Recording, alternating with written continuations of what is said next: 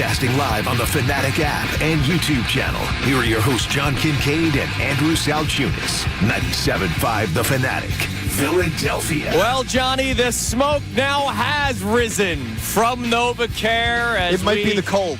They have announced their new offensive coordinator. Good morning, John Kincade, and happy Friday to everybody. Happy Friday to you. I don't think, though, you've mistaken it. The smoke you saw, they are burning the game tapes from 2023 and 2025. Oh, that would be good. And all of the game plans of Kevin Patullo. That would be nice. So they got a bonfire going. You're just seeing the smoke rise from that. But that's how they announced that they hired an OC, because they could have done that at any time. They could have. But they wanted to wait until Sean Mannion was hired to be the offensive coordinator of the Philadelphia Eagles. So Mannion, of course, very, very young, was a quarterback in the NFL, a backup quarterback, but a quarterback nonetheless in the NFL, and has been on the Green Bay Packers staff the last 2 years as the quarterbacks coach for Jordan Love. And a lot of people give him a lot of credit for what Jordan Love has been able to accomplish the last 2 seasons, much like what we said about Bobby Slowick a couple weeks ago about C.J. Stroud. The year they worked together, it was good. Then, for whatever reason, they butt heads. He leaves. C.J. Stroud is a disaster. Well, he does the quarterback coach this past year.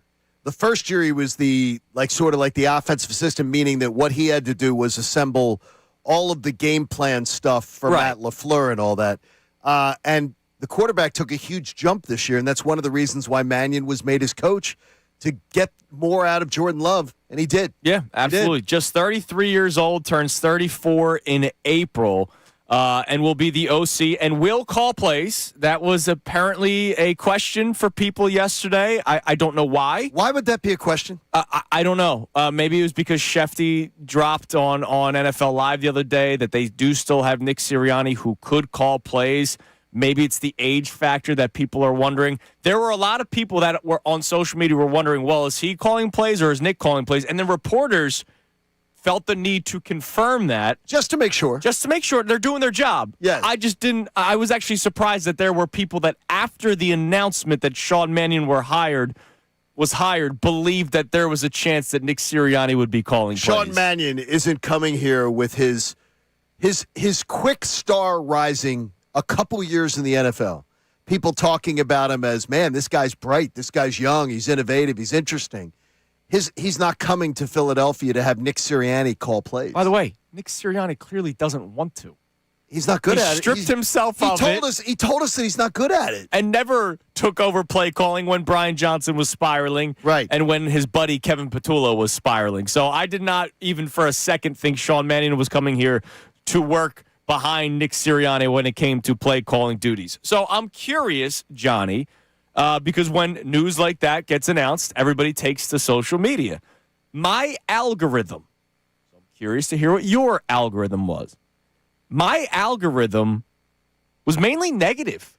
Majority negative. Not everyone negative.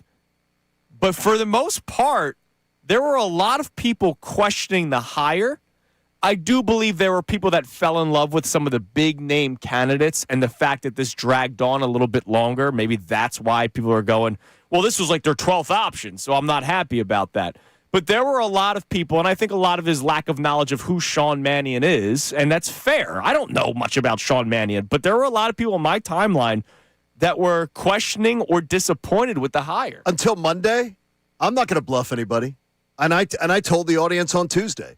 Until Monday, I didn't know much about Sean Mannion. Yeah, this is a show of honesty. I went and did a bunch of research on Sean Mannion and then worked the phones and called people and talked to people who might have known something about him. And believe me, even the people who know something about him don't know a lot about him. Right.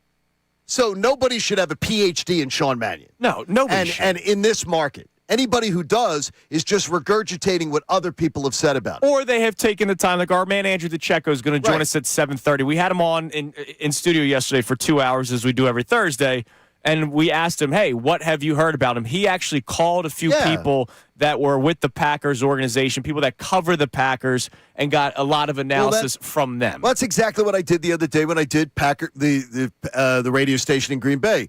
They were upset to lose him. Yeah. They didn't want to lose him because they know that Matt LaFleur is Matt LaFleur isn't a guy who he's out of the Shanahanish mold. He's one of those guys that isn't overly effusive. he's been downright effusive in his praise of Sean Mannion. Sean Mannion was going to maybe spend one more year there and be gone. Right. Or he was going to get to be the offensive coordinator there and call plays, not call plays, but be the secondary guy to LaFleur and to be able to do that coming up. So it's great for Mannion. And I'm not going to act like I know everything about him, but I will tell you this. My timeline was not that. Okay, interesting. The one thing that on my timeline that I did have to finally address was stop comparing a guy who hasn't called plays. You're comparing him to Kevin Patullo. This is a guy who played in the league quite a while as a backup quarterback, but played for some of the best coaches in the league. Mm-hmm. So he tutored under some of the best coaches in the league who think the world of him, his offensive mind. And then he has been a coach for 2 years, not 17. Right. So stop any comparison between, well, he hasn't called plays, him and Kevin Patullo end right there.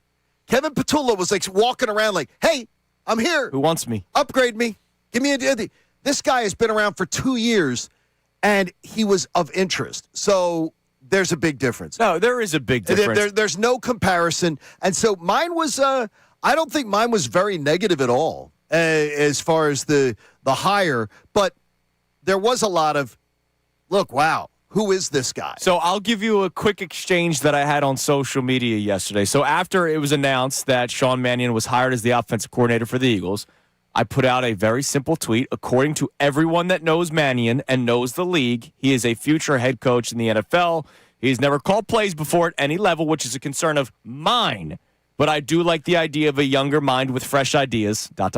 if he's allowed to use them. Okay. That's another talking point that we'll get to. AJ chimes in on Twitter.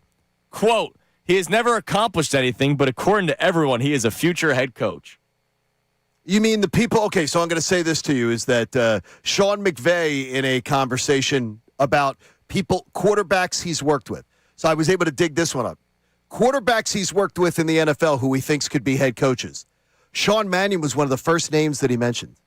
Yeah. He was just and he was shooting the bull on a podcast. And he's not on his staff. Right. And he mentioned Sean Mannion.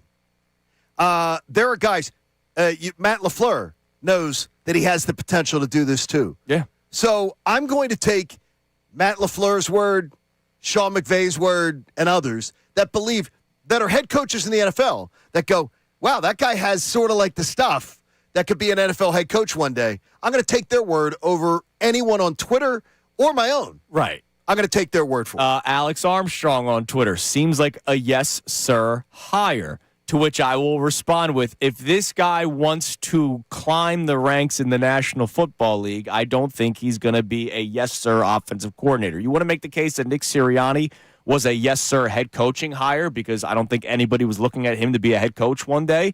Yeah, maybe we can have that conversation. But Sean Mannion, again, league circles, to your point, Sean McVay, they've talked about him. Ross on Twitter, he got interviewed by just one team with 1 million openings. How is anybody excited about this? Sean Mannion in quarterback room meetings with Sean McVay, one of the most pushback quarterbacks he'd ever dealt with. Questioning, debating, pushing back. So he's a guy that is very engaged. If you're pushing back on Sean McVay as your head coach, right, I don't believe he's going to be a yes man to Nick Sirianni. Right, I don't think so either. And by the way, he's been made the offensive coordinator, and he knows what he's stepping into. Yeah, he's got some wide berth here to get this job done because they need him to do so. Now, so I completely reject that Twitter premise. So our question for you today is 610-632-0975 is a very simple one. If you could actually give reasoning behind it. If you like the hire, why? If you don't like the hire, why? I said to you earlier this week, there was not going to be a hire that I was going to get excited about.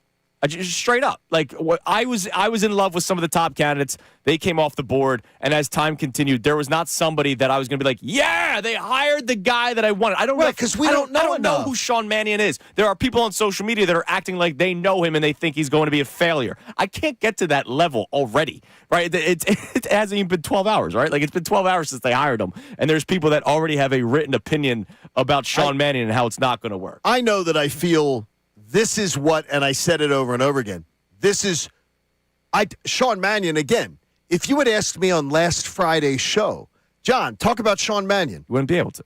No. So I'm giving you that. But I can tell you is Sean Mannion is the guy on last Friday's show I was telling you I wanted.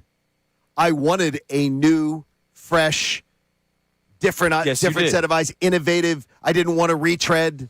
I didn't want anybody from the Andy Reid dollar store of leftover coaches, that island of misfit toys. I wanted something different.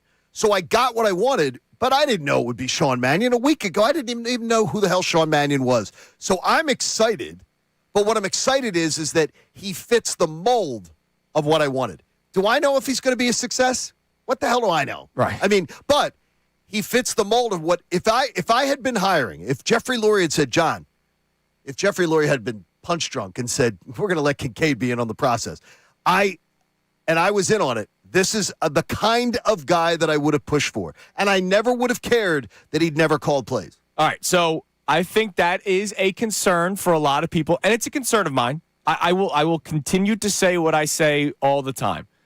This guy could talk football until his deathbed, and I'm sure it would be amazing to sit down and listen to Sean Mannion speak football.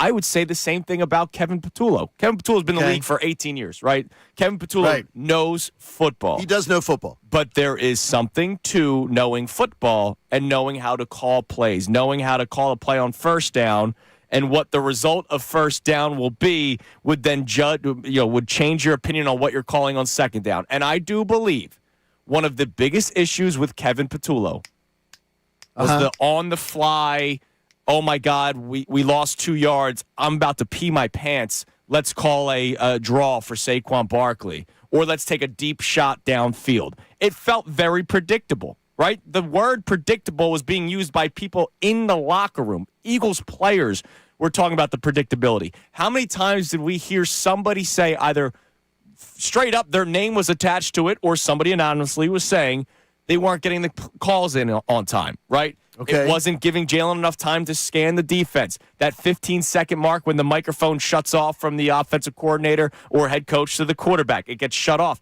They didn't have enough time. My biggest concern is Sean Mannion may know everything about football, but the quick nature of second down, third down, oh, by the way, my defense is gassed, just like the Eagles' defense was all season long. Will he be able to think on the fly? And that would have been my take on anybody that's never called plays before. Okay, here's where I honestly, I look at you on this take, and I say, I'm baffled by it. Why? I think it's a very simple take. The man, as a freshman, was able to start in the Pac-12 in major college football. Okay. He was able to start for 4 years. He was able to pass for almost 14,000 yards in college football in a Pac-12 program back when the Pac-12 was actually good. He was a 4-year starter. I'm not worried at all about him understanding, like, the pressure's going to feel too much to get a play call in or anything like that. He knows the clock. He's been under duress to be able to do that. I would have more faith in him than Patullo, sure. Kevin Patullo, this guy understands that innately. A quarterback understands that more than anybody. You know who else you could say that about? Who? Brian Johnson, and it didn't work out. No, Brian Johnson is not, though. With Brian Johnson this guy is going from a sought-after guy. Brian Johnson was not I'm saying Brian Johnson was a quarterback in college. Brian Johnson was not a sought-after guy. Okay. I mean, that's the difference. He was considered a future head coach in the NFL, just like Sean Mannion is now.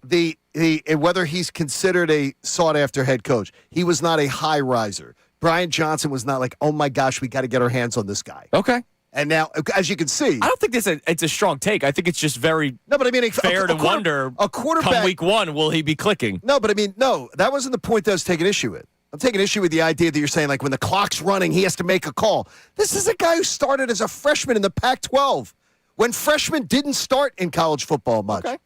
And he took every damn snap for Oregon State. So are you excited? Are you excited about the hire? I am excited, as I said to you. I'm excited. He's the exact kind of coach that I wanted. Okay. I can't tell you that. I didn't know. I said a week ago I didn't know who he was. So I'm not going to bluff and say, man, well, now I think he's the brightest hire that's ever been made.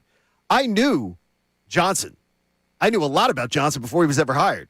And I wondered, was it going to work? Is it going to be a good thing? I didn't like the whole buddy-buddy system. I didn't like any of that with Jalen. I didn't like the I don't know, I guess the sort of internal nature of it. I really like the idea of the outside mind and young and innovative. All right, so if you like the hire, why? If you don't like the hire, why? 610-632-0975. Now, again, people that were responding to me on social media yesterday, like, oh my God, what do you know? I've been honest. I don't know. I don't know anything about Sean Mannion, but there are people that know Sean Mannion on a more personal level. So how about this? Because this is the play-by-play voice on the radio broadcast for the Green Bay Packers. This was before the news. I want that to be clear. This was before the news that Sean Mannion was hired by the Eagles as the OC. Here he is talking about the Eagles' new offensive coordinator. He's got all the earmarking, everything you're looking for in a head coach. But what he is right now and why this is important for any team that might consider hiring him, and I'm personally, I'll be selfish and say I hope he doesn't go anywhere, but his ability with quarterbacks, I think Matt LaFleur, when he saw him retire few years ago, I think Matt LaFleur saw a lot of himself in the way his philosophy with quarterbacks and the way he handles quarterbacks in Sean Mannion. So he straight up said, this is before the hire, I don't want him leaving. I saw Packers fans upset that he left. I saw Packers fans that wished they fired the offensive coordinator. Who they don't like in Green Bay. Even though he doesn't call plays, Matt LaFleur calls the plays, they wanted to fire the OC so that they could promote Sean Mannion and keep him. That was reaction from Green Bay. That's because Love was out of his way this year to be very effusive in his praise of Mannion. Yeah. How much Mannion helped him and how much quarterback to quarterback they talked the game. By the way, that is something too. Kellen Moore, college starting quarterback. Yep. They were able to relate and talk the game, so maybe it works again. One more clip from Wayne Larrivee, the play-by-play voice of Green Bay, and then I'm going to say something that I hope can put this into perspective for people here in Philly, because there are a lot of people wondering why should anybody be excited about this, and I'll explain a little bit. But here's Larrivee talking more about Mannion and his feel on players and people. Well, I think he has a good feel for his people, his players. And I think if you're going to be a good play caller, you better have a good idea, a good feel, not just quarterback, but everybody in that offense, what they can do, what you can do, because you have to construct your game plans week to week around the strength of your players as matches up with the strength of the opponents on defense. So Sean has good command of that. And I think as a backup quarterback for many years in the NFL, that really prepares a guy. Why? Because usually you bounce around and usually you're involved with a lot of different offensive philosophies that you had to learn over the years. This gives you depth, and I think that depth is what a good play call relies on. All right. He's speaking very highly of the quarterback's coach. Now, this is what I'm going to say to people, Johnny, that are like, well, we know nothing about him and blah, blah, blah. I understand. Totally get it. The way he is talked about, I'm going to make this very Philadelphia related.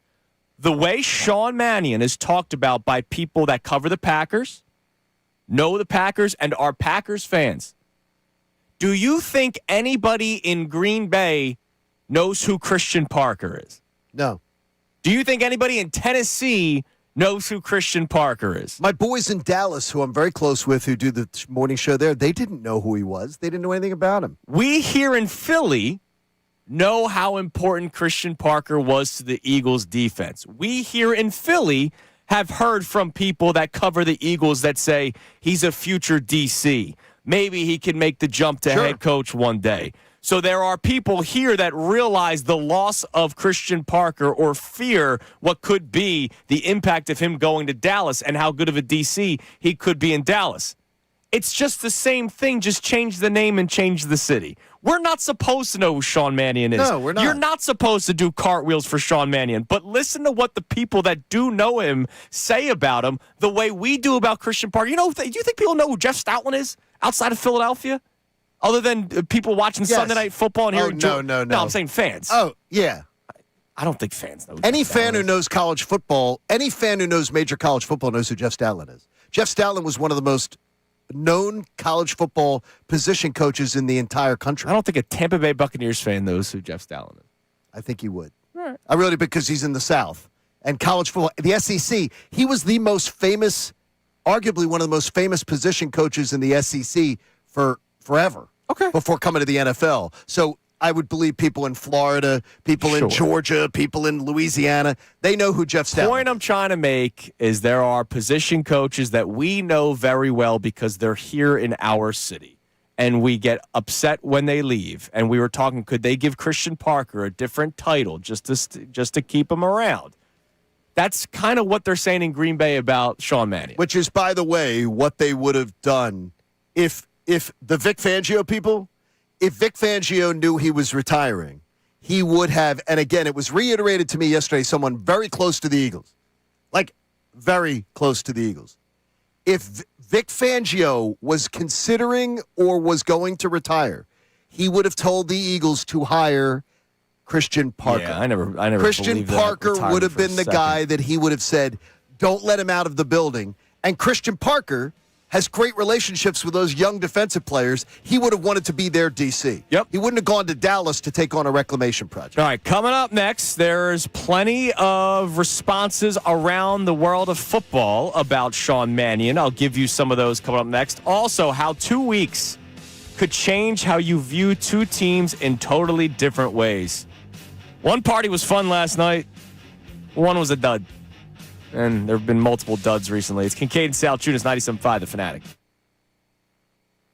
Now on 97.5 The Fanatic Sports Update. The smoke has come out of the NovaCare complex. I'm Sean Rodman, and the Eagles have named its new offensive coordinator, Sean Mannion. The 33-year-old was the Green Bay Packers quarterback coach the last year. Mannion has seen a number of different offenses in his 9-year playing career as a backup quarterback for 3 different organizations. Joel Embiid and Tyrese Maxey led the charge last night for the Kings from tip-off. Sixers were down in the fourth quarter and came back where it was tied with 5 seconds remaining, and the Sixers had the ball. Here's Tom McGinnis's call on 97.5 The Fanatic. Embiid at the top of the key with his back to the basket. George cuts. He's trying to push to get free. It goes to Joel. Embiid to Maxey. Maxey on the run. Into the lane. Layup up. He made it. Maxey made a layup with 1.3 to go. Down the lane and a foul. And the crowd goes crazy. Maxey finished with 40 points and Embiid had 37. Sixers are back in action at home tomorrow against the Pelicans. You can listen to the game right here on 97.5 The Fanatic. The Flyers losing streak, though, it continues with the 6-3 loss to the Bruins last night up in Boston. Flyers will try to snap its losing streak tomorrow afternoon at home against the Kings. I'm Sean Rodman for the home of the Sixers, Flyers, and the Best Birds coverage, 97.5 The Fanatic and the 97.5 The Fanatic.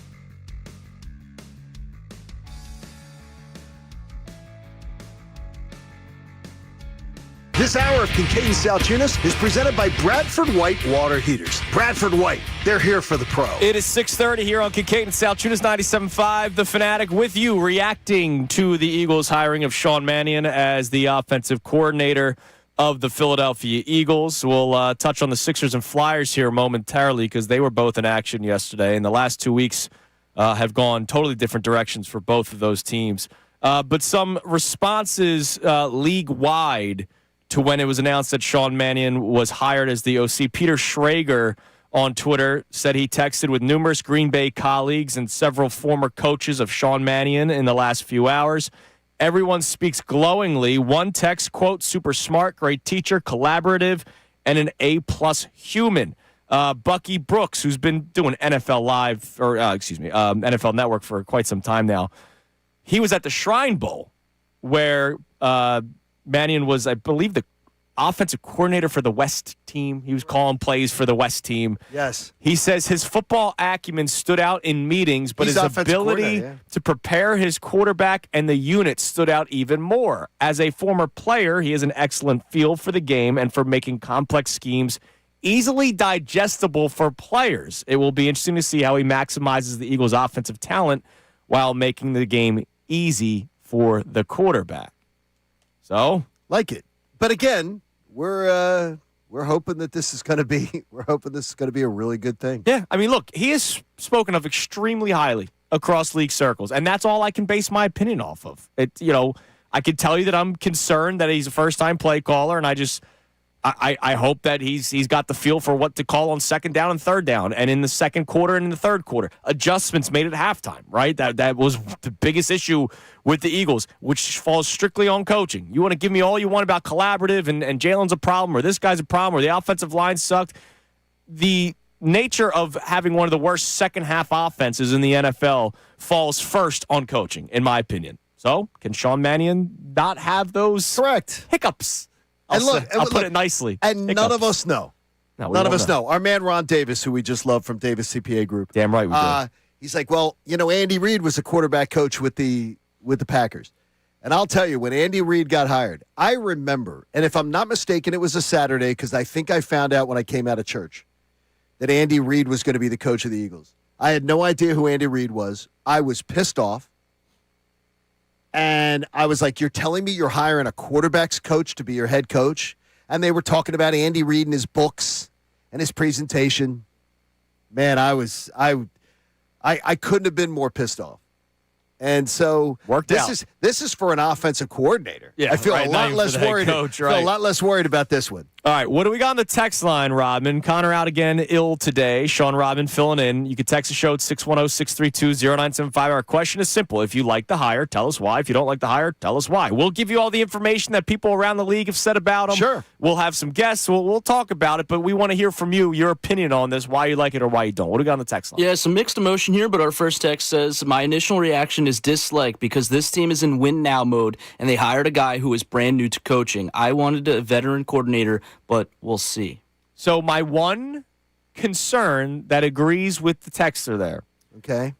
And I understand that the reporting has been done that Sean Mannion will be calling the plays. I wasn't even thinking that he wouldn't, right? Okay. But to the texter's point, they're in a win-now mode right now, right? The championship window is still open. Oh, it's wide open. They didn't die when they lost to the San Francisco 49ers. How involved is the head coach? Because it is a 33-year-old first-time OC, and the head coach has his beliefs. And remember, the talk was complete autonomy. Then that talk shifted when the top guys were no longer on the board. Did you read the statement that Nick Sirianni put out? Go for it. That Nick Sirianni and not the Eagles PR staff put out. Or AI put out. Yeah, go ahead. I'm thrilled to have Sean Mannion on board as the new offensive coordinator. My goal throughout this process, was to operate with an open mind regarding the future of our offense to find the best fit for the Eagles. Over the last few weeks, I had an opportunity to meet with a number of talented candidates in great offensive mind. I am appreciative of the time I was able to spend with each of them. Some came with years of experience running an offense and calling plays. Others were young, sharp, and dynamic coaches on the rise.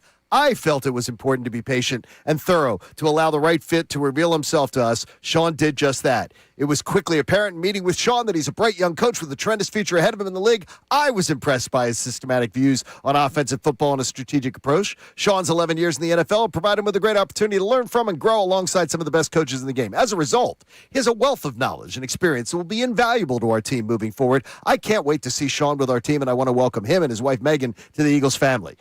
There ain't any chance that Nick Sirianni wrote that.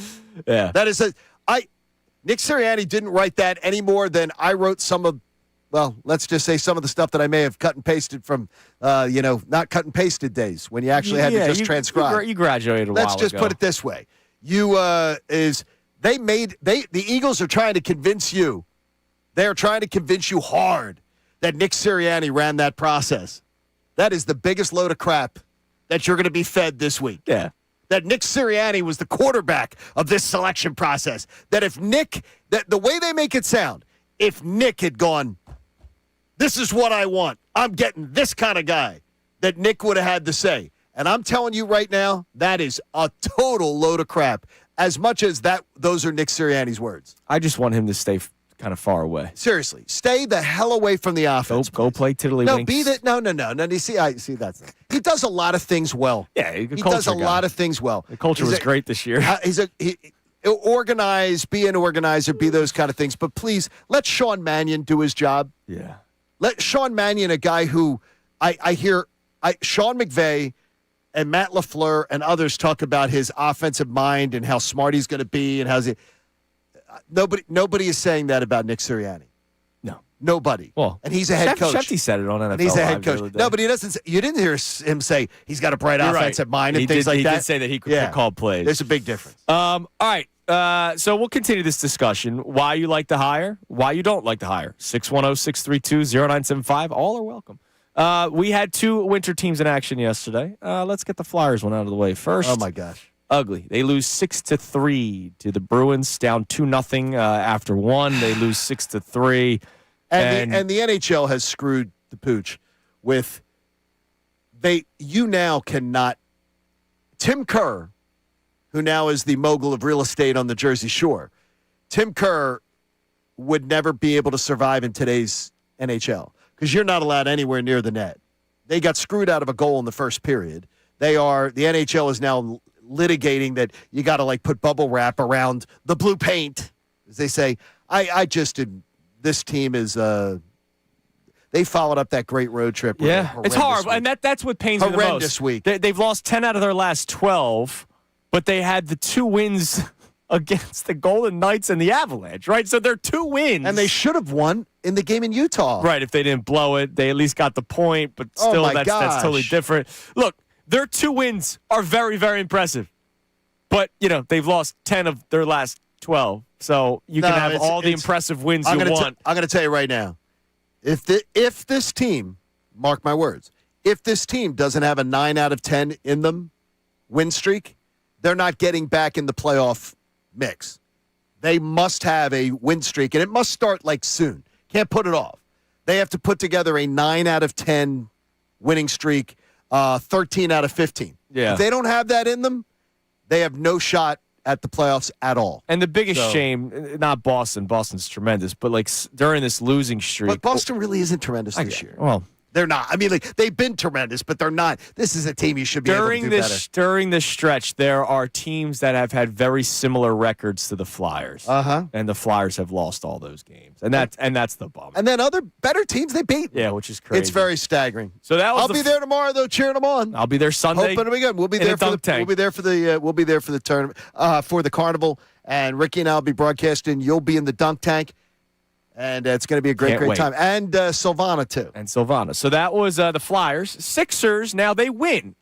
Shouldn't have gone the distance with the Sacramento Kings, who are 12-37 this year. The bummer is that Tyrese Maxey had to log another 41 minutes in a team that they should handle easier than what they did yesterday. But speaking of Tyrese Maxey, here on 97.5 The Fanatic, how it sounded.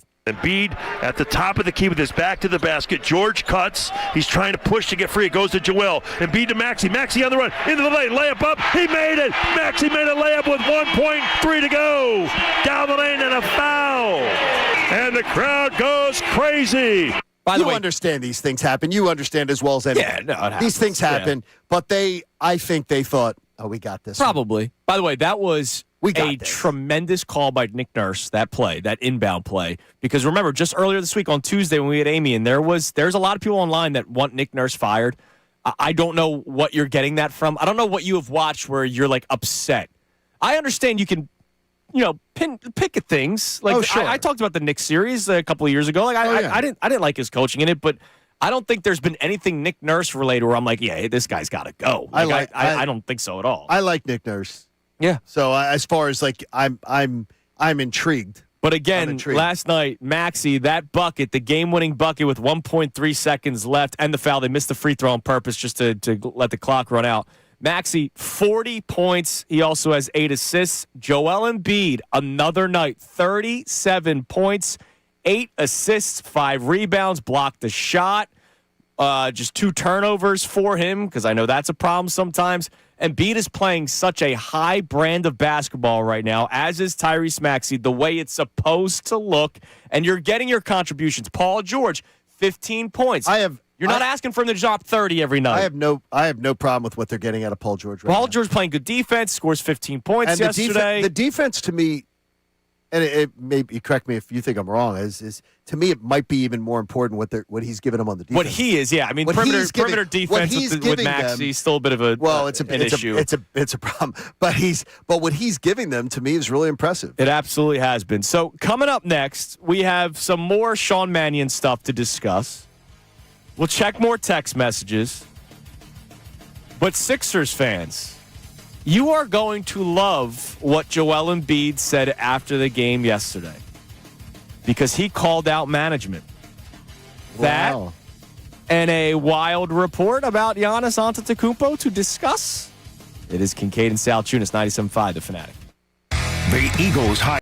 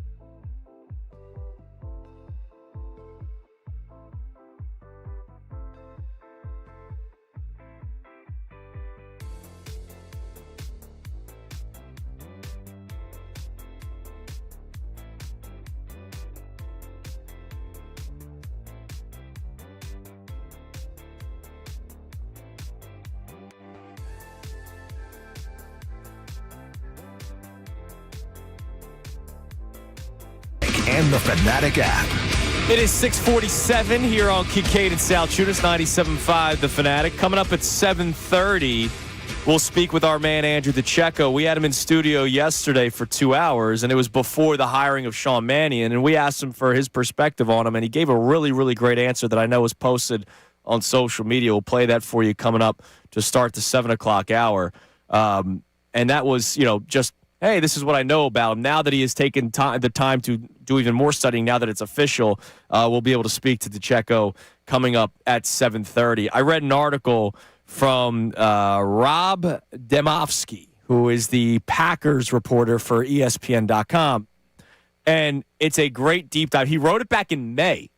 So, again, for people that are wondering, all right, why should I be excited about him? I'm not telling you that I am. I'm just telling I don't know anything about him, so I'm doing my research, right? We're learning about him.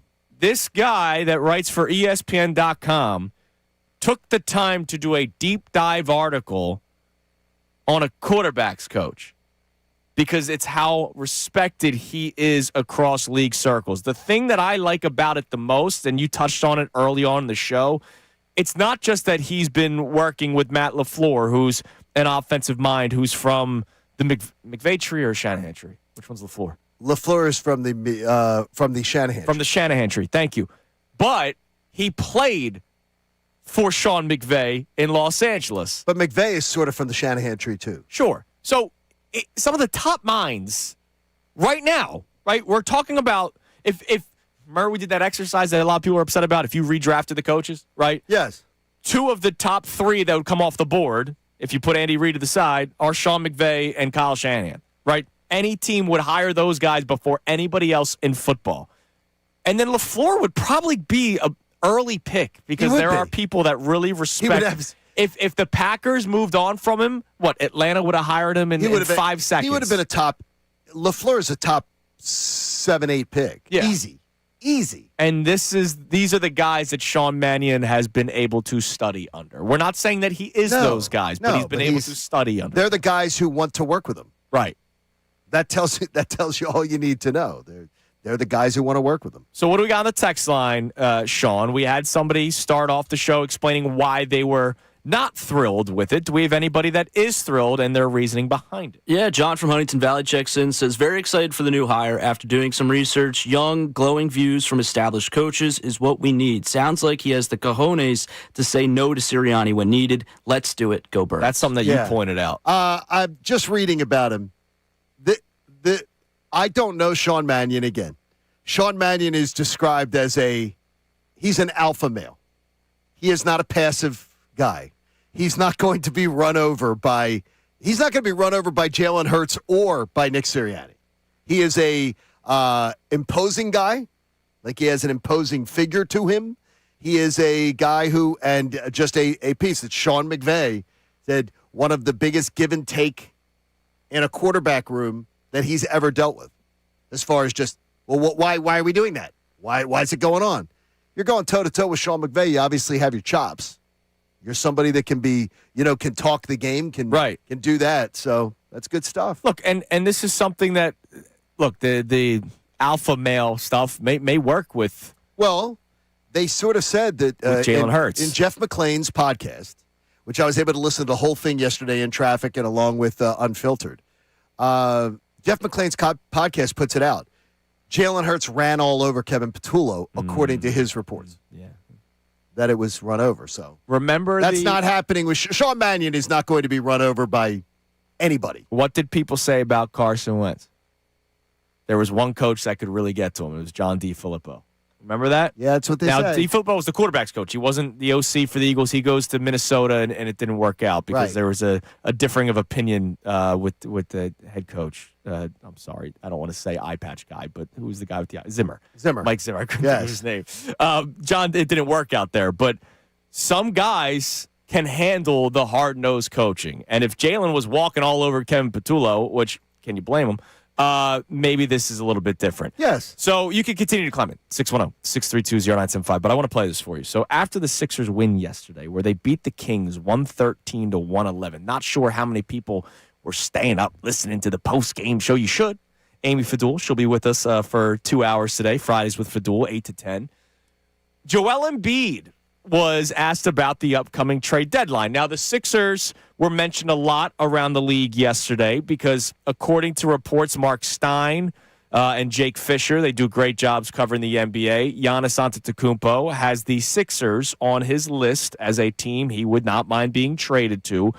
He mentions Tyrese Maxey in the reporting as to why. They both work out with Drew Hanlon. So does Joel Embiid, by the way. So there's the Drew Hanlon connection here in Philadelphia. And maybe Giannis would like to play with an explosive guard like Tyrese Maxey. I still don't know how the trade works. Like, well, we can talk about that all we want.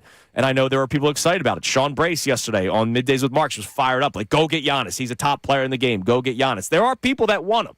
A lot of people do. They do. I don't know. I don't think, I'll say, it happens. But that doesn't mean they have to be quiet at the trade deadline.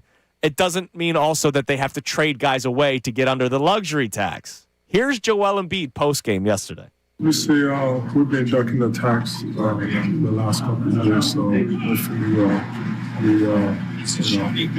we'll keep the same thing.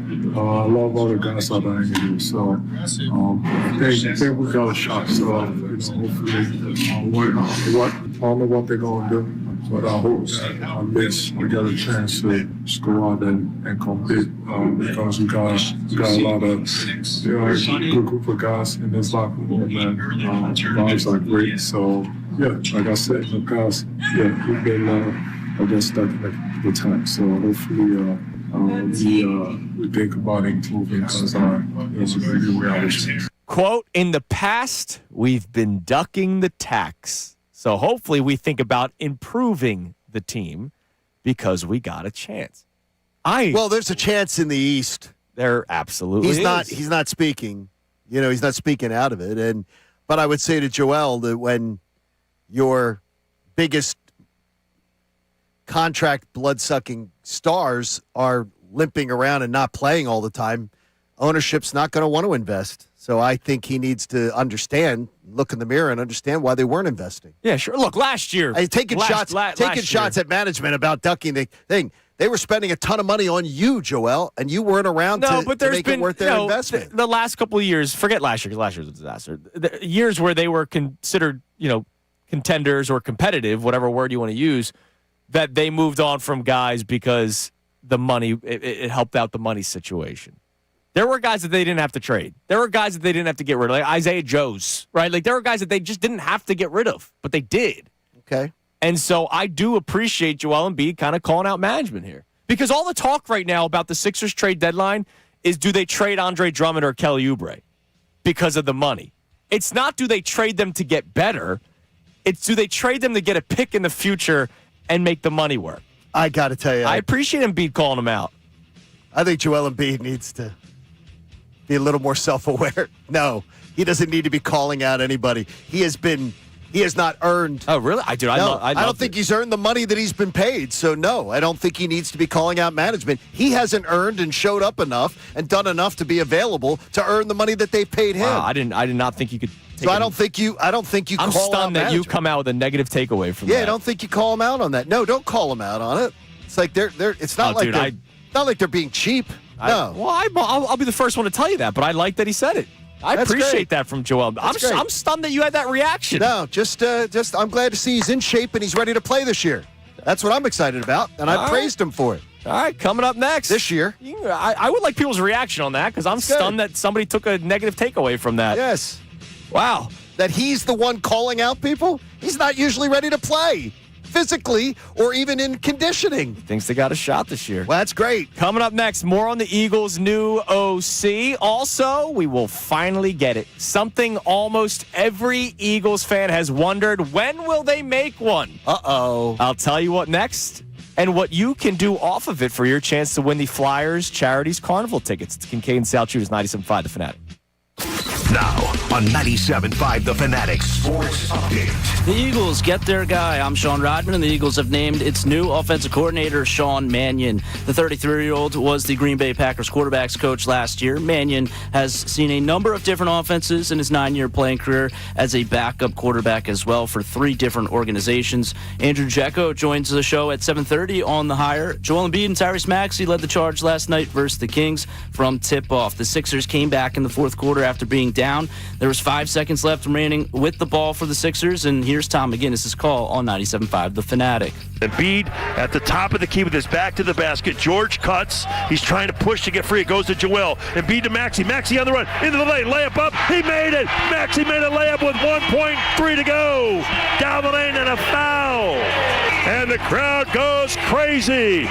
Maxey finished with 40 points, and Embiid had 37 of his own. Sixers are back in action at home tomorrow against the Pelicans. You can listen to the game right here on 97.5 The Fanatic. Flyers' losing streak continues with a 6-3 loss in Boston to the Bruins. The Flyers will try to snap its losing streak tomorrow afternoon at home against the Kings. Amy Fadul joins us at 8 until 10 for 2 hours for the rest of the show.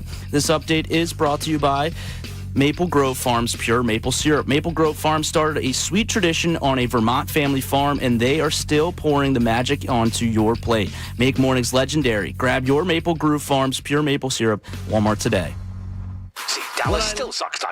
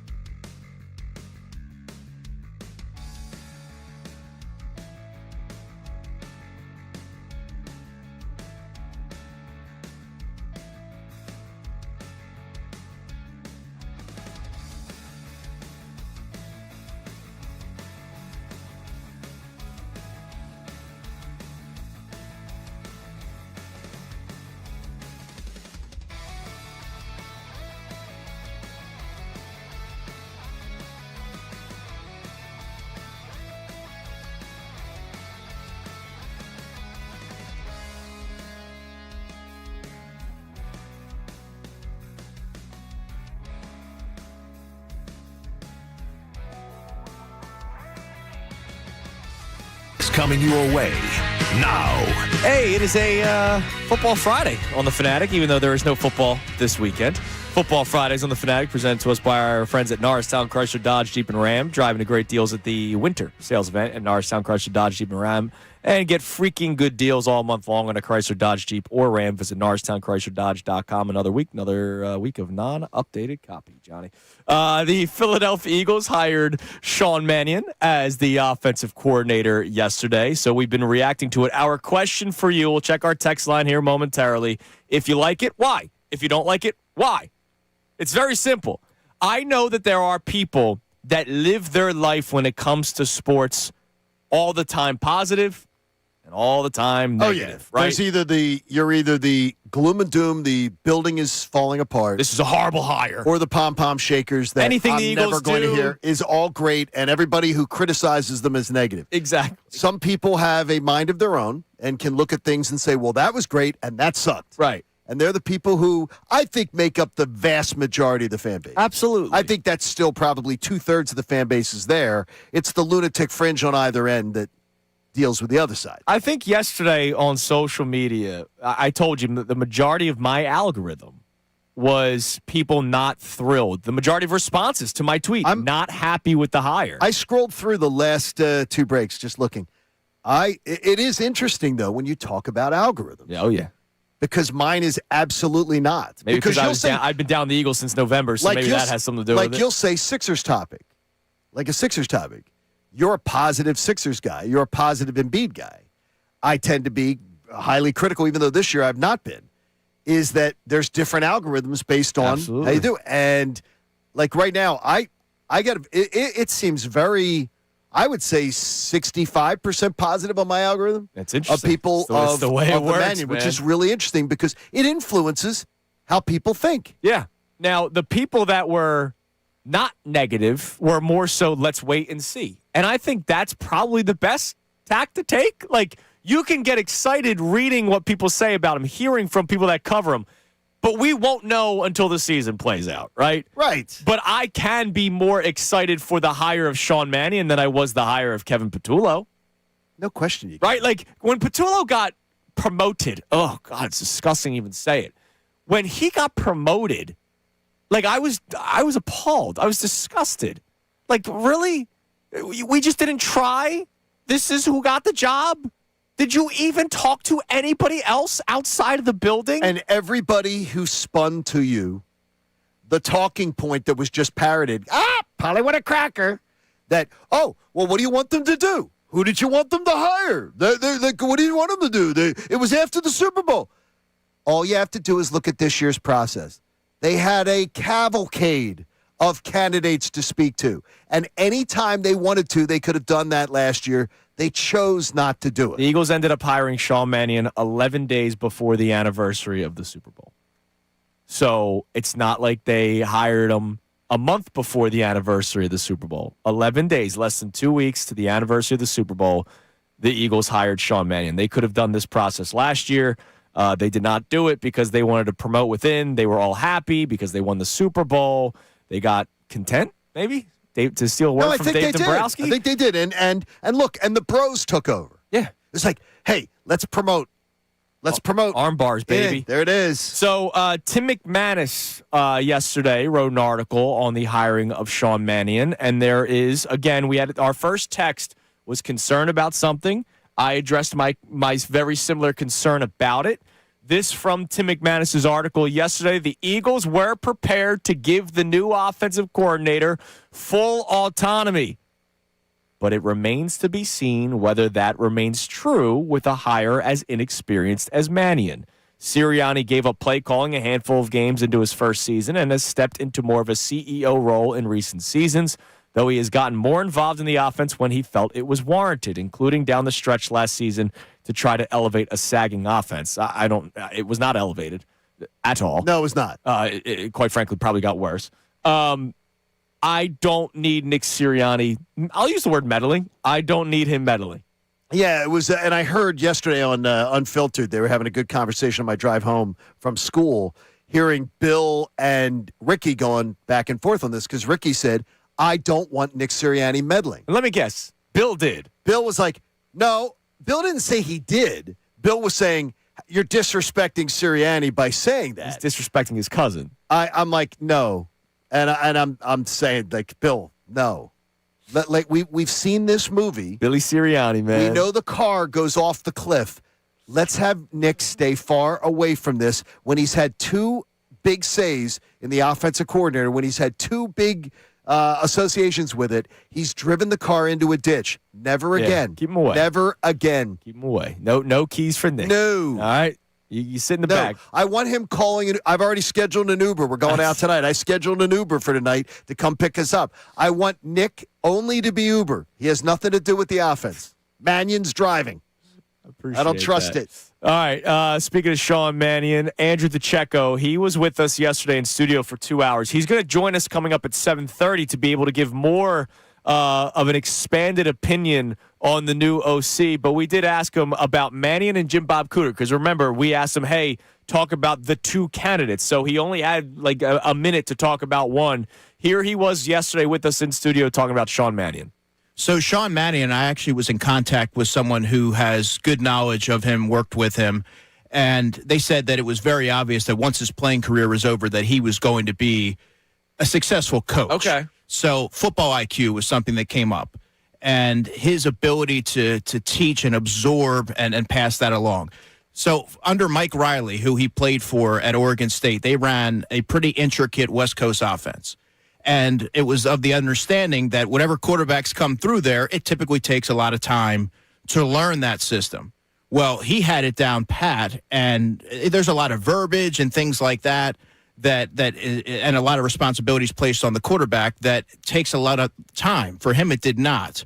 And so that was Sean Mannion, the player, and he got what he could out of the NFL. But my understanding is this is someone who is very well-versed in the West Coast style, and someone who has a high-end football IQ and an ability to teach. And he is a young coach that he may have popped up out of nowhere to those on the outside, but in the NFL world, he was a coach who was on the ascent. Now, he was an offensive assistant, and then he goes to quarterbacks coach. That's a pretty big jump, but it tells you that Matt LaFleur valued what he brought to the table. And I think there's no mistake that Jordan Love had the best season of his young career working under Sean Mannion, and it sort of tracks with the information that I've gathered behind the scenes. And again, that's all pre-hire, so it's not, well, Andrew got fed a bunch of information from somebody in Philadelphia. That was pre-hire. He did the legwork to talk to people, much like you did the legwork to talk to people, to read up on Sean Mannion. And I have not read, heard, or seen a negative opinion on Mannion from anyone that covers football. Right? You haven't seen anybody say anything bad about him? Absolutely. If anything, the only people I've seen say something bad about him have been Eagles fans. No, the people really, I mean, it seems like there's a lot of glowing stuff that's been said about him and written about him and talked about him, that he is a up-and-coming guy. So. All right, looking forward to that. All right, we can let's check our text line, 610-632-0975. And then Eagles fans are finally getting what I think a lot of us wondered, would we ever get this? And we are going to play a game off of it for your chance to win a four-pack of the Flyers Charities Carnival. We have two of them, so we will have two winners today. But what do we got on the text line about Sean Mannion, Sean Rodman? All right, we have this texter checking in, says, love the Mannion hire. I've seen no improvement whatsoever since Keith Jones and Briere took over. In fact, that also with the Flyers too, excuse me. But he loves the Mannion hire as well. Wait, so how did the Flyers? I don't know. How's that? I got confused in that one. Man, I love that Sean Mannion hire, but the Flyers have been struggling with their owners. Exactly. Well, no. It's the Flyers are starting to poison people, and we did talk about them. So we did. So all right, what else we got? All right, this is John V checking in. It says Sean Mannion hire feels like optimistic, whereas the Kevin Patullo hire had me extremely concerned. Although both had never called plays before, their backgrounds and experiences and potential in the realm of coaching could be more polarizing and different for Mannion. Upside for Mannion versus Patullo, they cannot even be in the same conversation, right? Like nobody thought Patullo had some upside where he was going to be a future head coach. It was 17 years, folks. Yeah. There's a reason why you don't look around your office today. Look around your office. And if there's somebody who's been in the relative same level of position for 17 years and they haven't gotten promoted, just look who that person is in the office. That's the bottom line. You're going to have people looking around their office. No, that's the bottom line. No, that's the bottom line. And look, people are going to be called Patullo by the end of the day. Look, that's the bottom line. In the NFL, when you are I had a guy saying to me this morning, Robert Saleh took a long time. Robert Saleh took 11 years to be a defensive coordinator. He says Chris Shula took a long time. Chris Shula took 9 years to be a defensive coordinator. Defensive side of the ball tends to take, because Dork Boy was, a little bored last night with the Young and the Restless. It takes like an extra 2 to 3 years to be a defensive coordinator between 2 and 3. I don't know if defensive coordinators stay longer. I think there's more older DCs. That's than what there I was are thinking OCs. is maybe that's it, and they go young, innovative minds on the offensive Offense side. is fresh ideas. Yeah, that could be, because it seems as if you get to offensive coordinator jobs faster, younger. But it's to say that a guy 17 years, you're comparing him to some of these guys, it's not. And on the offensive side of the ball, 17 years, no.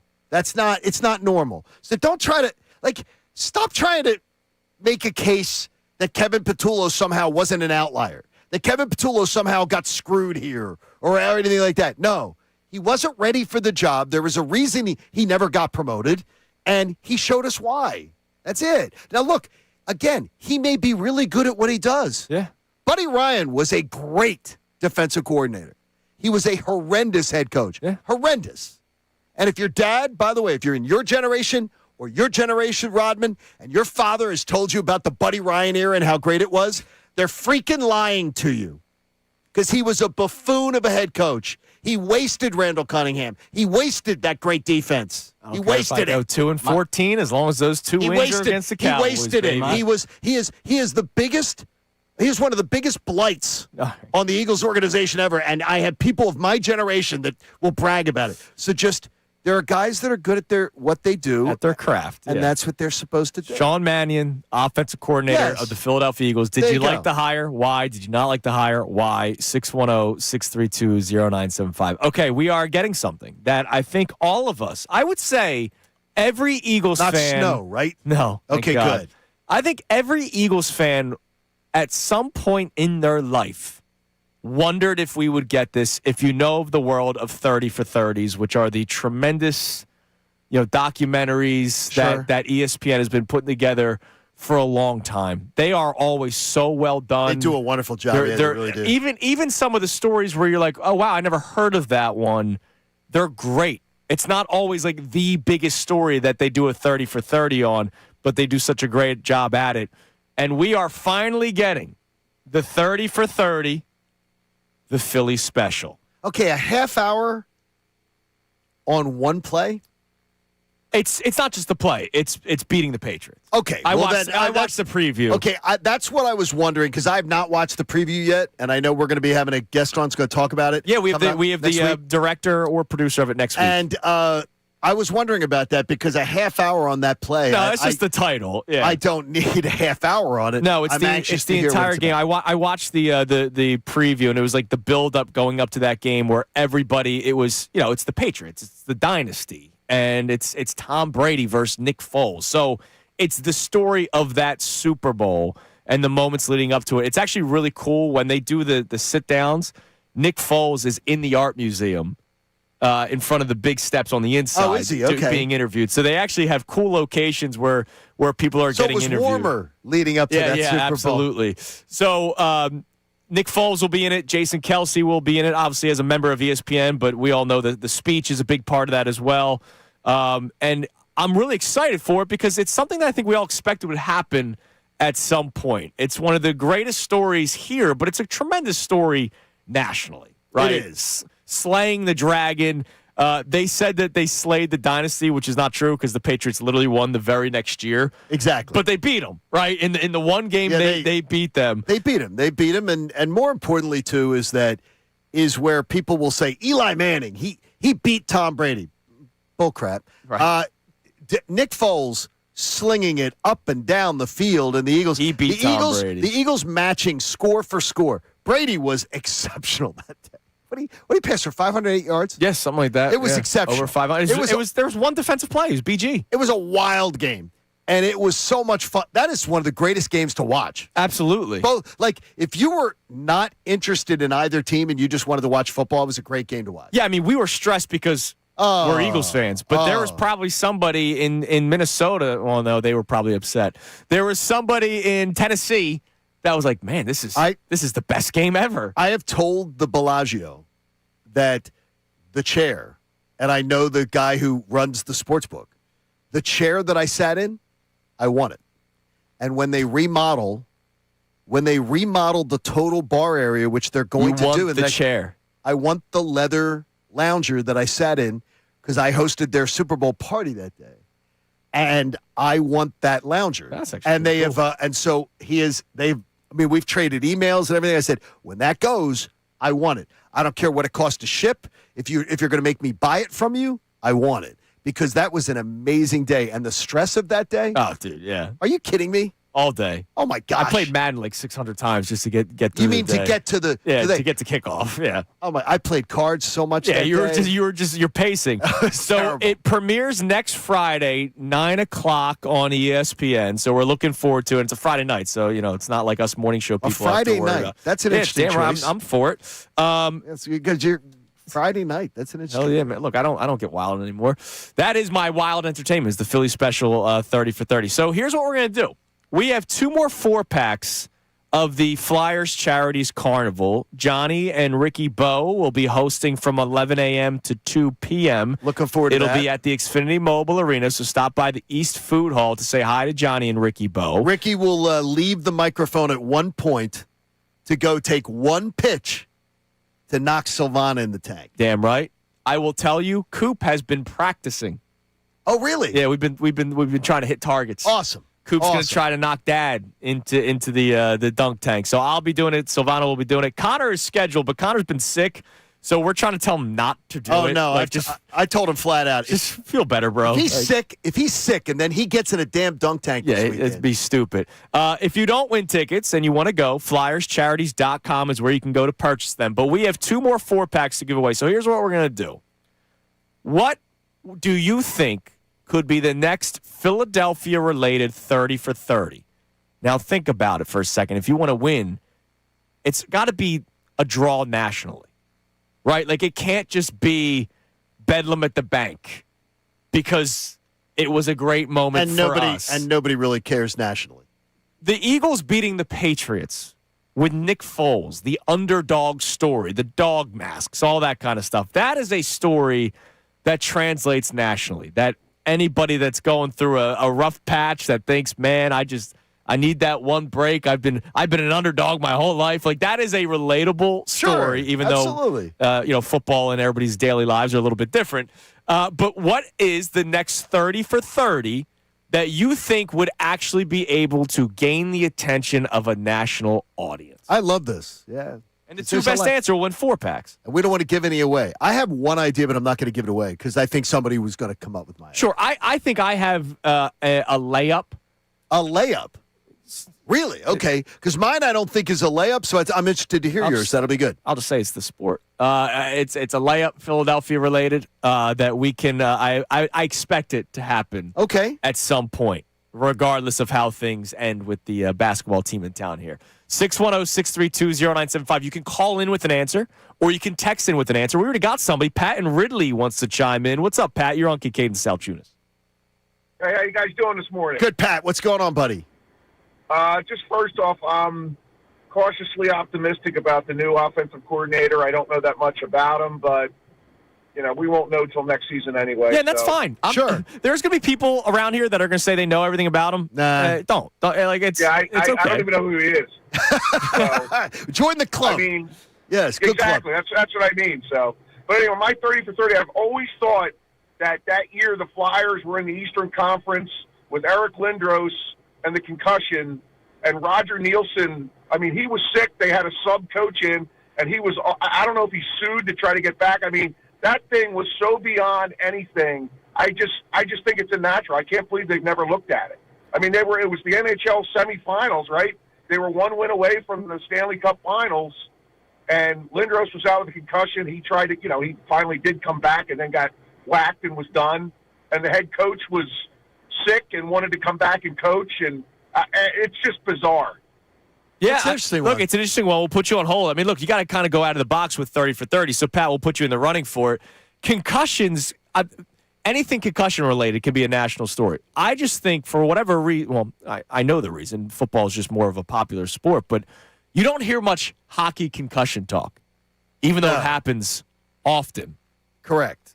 And concussions were a big thing. Oh, yeah.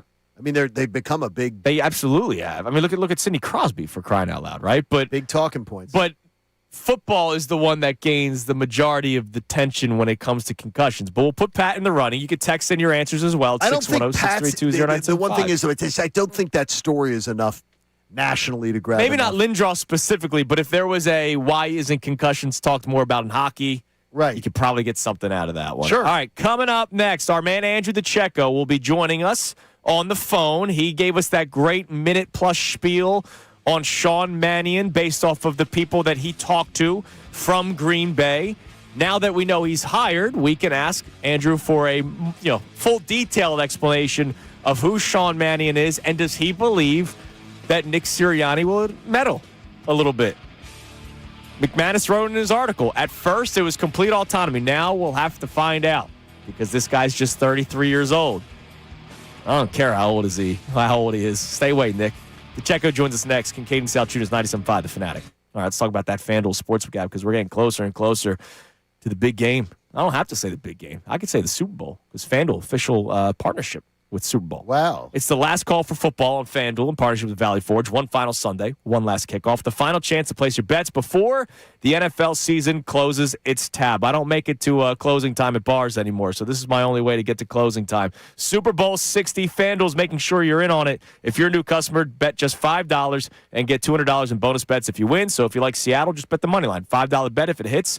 You get $200, and then you can use that on NBA bets, NHL bets, futures bets, and baseball. However you want to use those $200, it's up to you. Whether you're backing the favorite, riding with the underdog, or building that last same-game parlay, make it count on FanDuel because after the Super Bowl, the season's over and football is done. Last call for football on FanDuel, an official sportsbook partner of Super Bowl 60. Just visit FanDuel.com/local to get started. You got to be 21 plus, present in Pennsylvania, first online real money wager only. $5 first deposit required. Bonus issue is not trouble bonus bets that expires 7 days at the receipt. Restrictions apply. See terms at sportsbook.fanduel.com. Gambling problem? Call 1-800-GAMBLER. Now on 97.5 The Fanatic Sports Update. The smoke has come out of the NovaCare complex. I'm Sean Rodman. The Eagles have named its new offensive coordinator, Sean Mannion. The 33-year-old was the Green Bay Packers quarterbacks coach last year.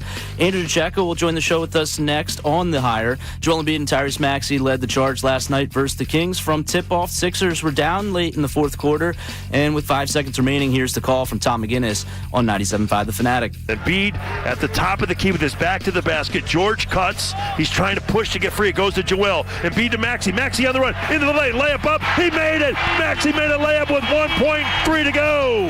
Down the lane and a foul. And the crowd goes crazy. Maxey finished with 40 points, and Embiid had 37 of his own. Sixers are back in action at home tomorrow against the Pelicans. You can listen to the game right here on 97.5 The Fanatic. Flyers losing streak continues with a 6-3 loss up in Boston to the Bruins. Flyers will try to snap that losing streak tomorrow afternoon at home against the Kings. Amy Fadul joins us at 8 until the end of the show, and this update is brought to you by Allstate. Some people just know you could save money on car insurance by checking Allstate first. So what are you waiting for? Check Allstate first for a quote today. You're in good hands with Allstate. I'm Sean Rodman on the home of the Sixers, Flyers, and the best Birds coverage, 97.5 The Fanatic and the 97.5 The Fanatic app.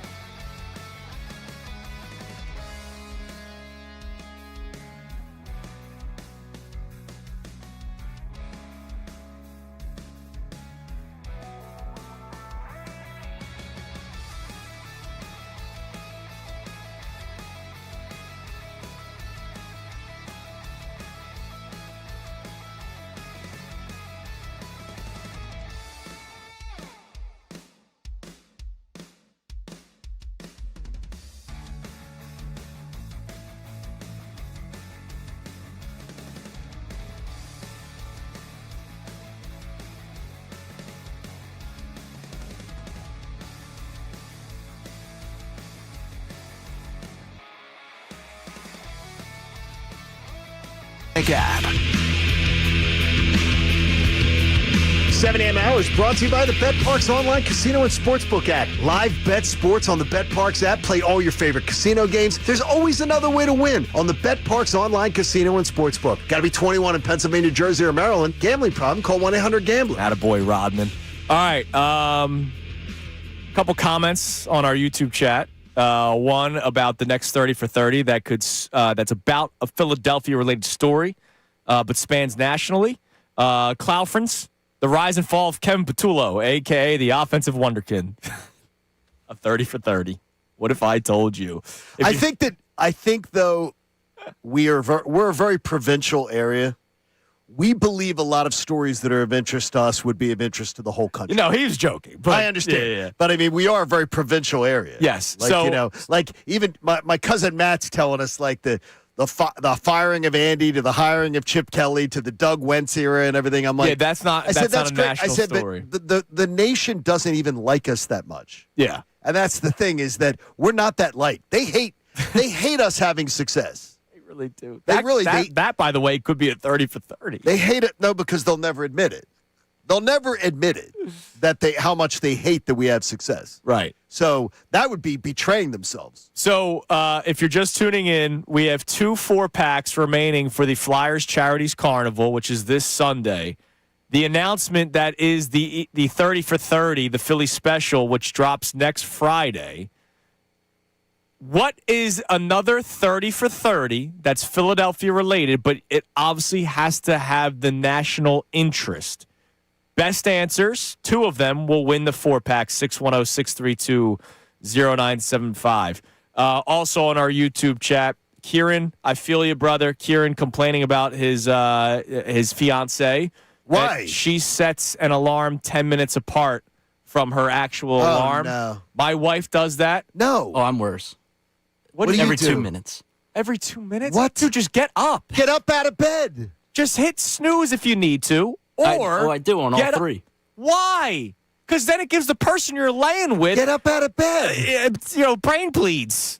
What are you doing? Like, what is this about? The best change in my life for mornings was not having to hear my wife's alarms anymore.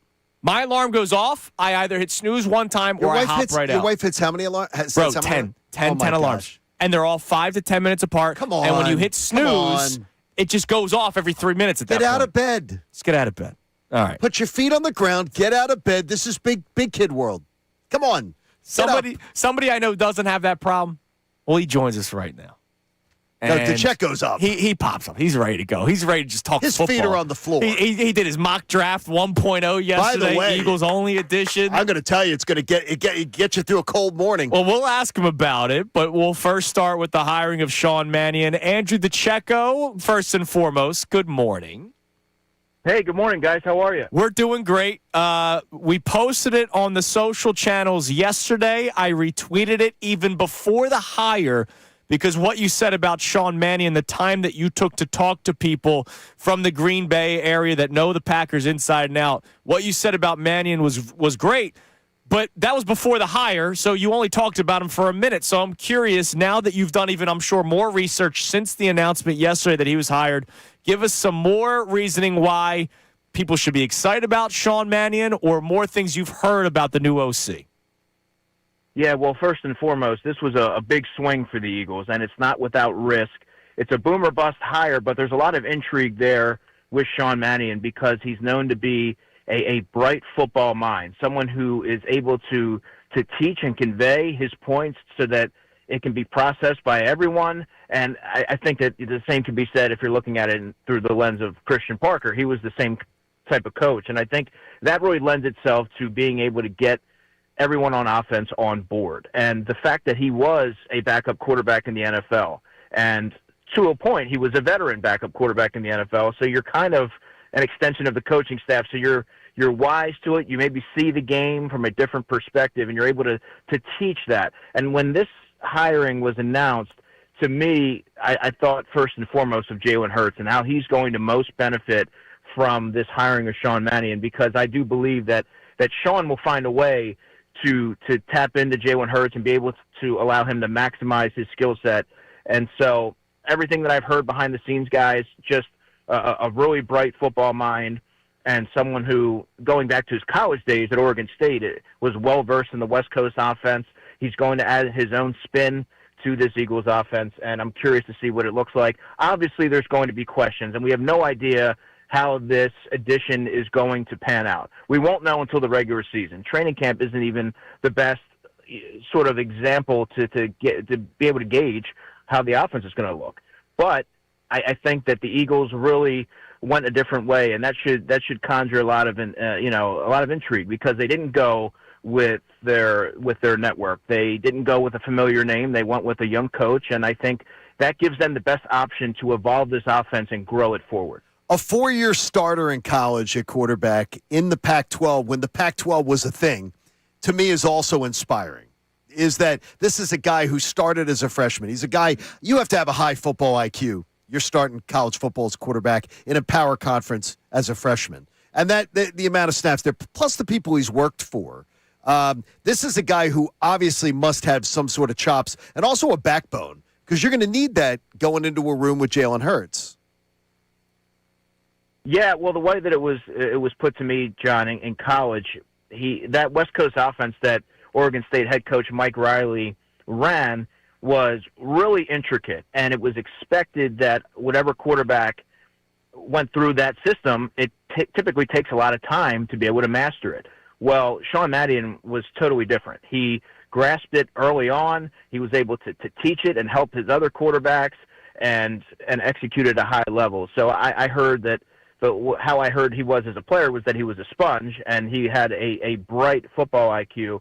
And so you look at his success and his experience in the NFL, being around the likes of the Sean McVays, the Kevin O'Connells, Kevin Stefanski, all these different coaches, Clint Kubiak, and all the different quarterbacks that he worked with. And I think that right there, yeah, he's light on experience, but he also has a lot of really sharp-minded football coaches and even quarterbacks that he's worked with. And I think that will help him sort of be able to implement and put his own mark and fingerprints on the offense and give him a different vantage point and maybe some idea in how he approaches coaching the quarterbacks, because that's what I'm most interested in. So with all that being said, very exciting to hear that kind of stuff. There are two common concerns that I've seen on social media when the announcement was made yesterday, one of which was the fact that he has never called plays before, and he's coming into a situation where there is a championship window open, right? It's one thing if he's calling plays for the first time with the New York Jets and trying to,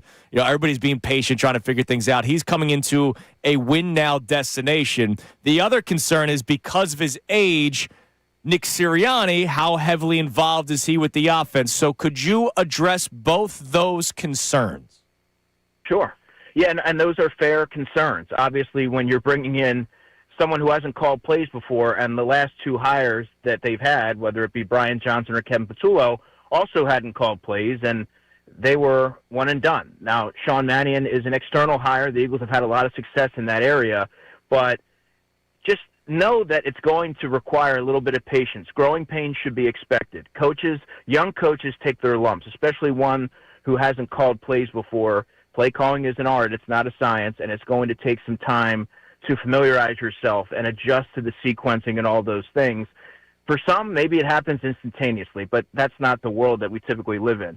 So I'm just throwing that out there. I know Philadelphia is not a city where patience is typically exercised, especially with the talent that they have. But I'm just saying that just give him an opportunity to really grow into the role. And then I think, as an aside to that, I think personally that it would serve the Eagles well to bring in a senior assistant just to be a sounding board and be a resource to a young play caller, which they did not have last season when Kevin Patullo was struggling. They didn't have the answer or someone else that they could kind of lean on in those trying times. And so I think that might, I'm curious to see how they fill out the coaching staff, because Sean Mannion is just 2 years into this.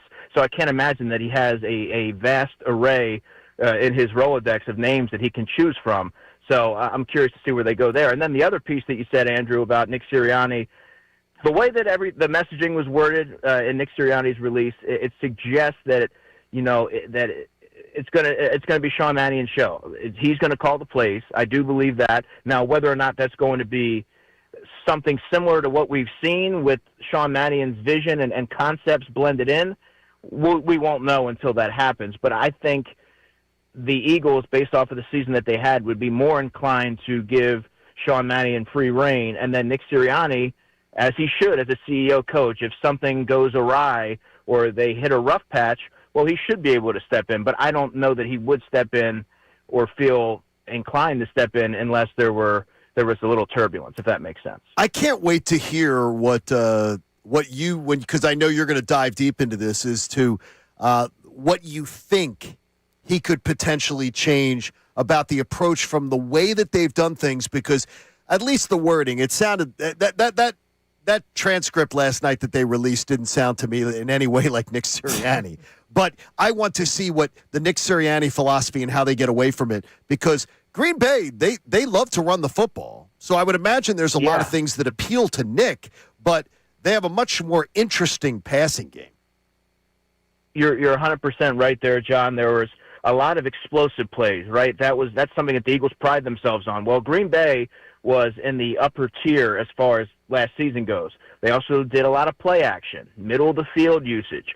So that part right there, what I just said, middle of the field usage, those short to intermediary throws, is something that I think this offense has been largely missing. It's been a glaring absence, and for this group to be able to establish that rhythmic offense, that keep the chains moving, not being behind the sticks, you have to be able to utilize the middle of the field. And for whatever reason, coordinators in the past, under their guys, they haven't really it hasn't really manifested. So I think when you look at how can you reimagine this offense, you can do little things like include the running backs. You could vary the run scheme and the run design and make that a little bit more complex. Midfield usage. Don't always be so enamored with targeting outside the numbers. Inside the numbers are okay too. Jalen's proven that he can make those throws, and you want to see more. I would like to see more under center. I would like to see more play action, because that's going to bring so much more flavor and diversity to the offense. And I think the background, and we don't have a lot to go off of because Sean Mannion is really green in terms of NFL coaching. He's coming from that background in Green Bay. So whether or not that actually correlates to that kind of success in Philadelphia, we're going to have to find out. Andrew, we're out of time. I would love to talk about your mock draft 1.0. I can't wait for people to read it. We'll talk about it next week. InsideTheBirds.com. I implore people to go check it out, because you have a wide receiver on there that gets me really excited. Dude, it's the first-round pick that just makes me really excited. So check that out, InsideTheBirds.com. We'll talk to you about it in studio next week. Thanks for the time, man. We appreciate it as always. Have a good weekend. Sounds great, guys. Take care. There's our man, Andrew DeCecco. It's a mock draft that gets you excited. Oh, I'd be so excited. If the first 3 rounds went like that, I'd be loving it. All right, coming up next, we have today's headlines with Sean Rodman. More texts and calls. The next 30 for 30 Philadelphia related that spans nationally. That's the key words. Yeah. Because you got to interest the whole country. Yeah, we're getting some answers where it's like, yeah, we would love it. It's not NBC Sports Philadelphia doing one. It's not. So today's headlines with Sean Rodman comes right next. Kincade Salciunas, 97.5, The Fanatic.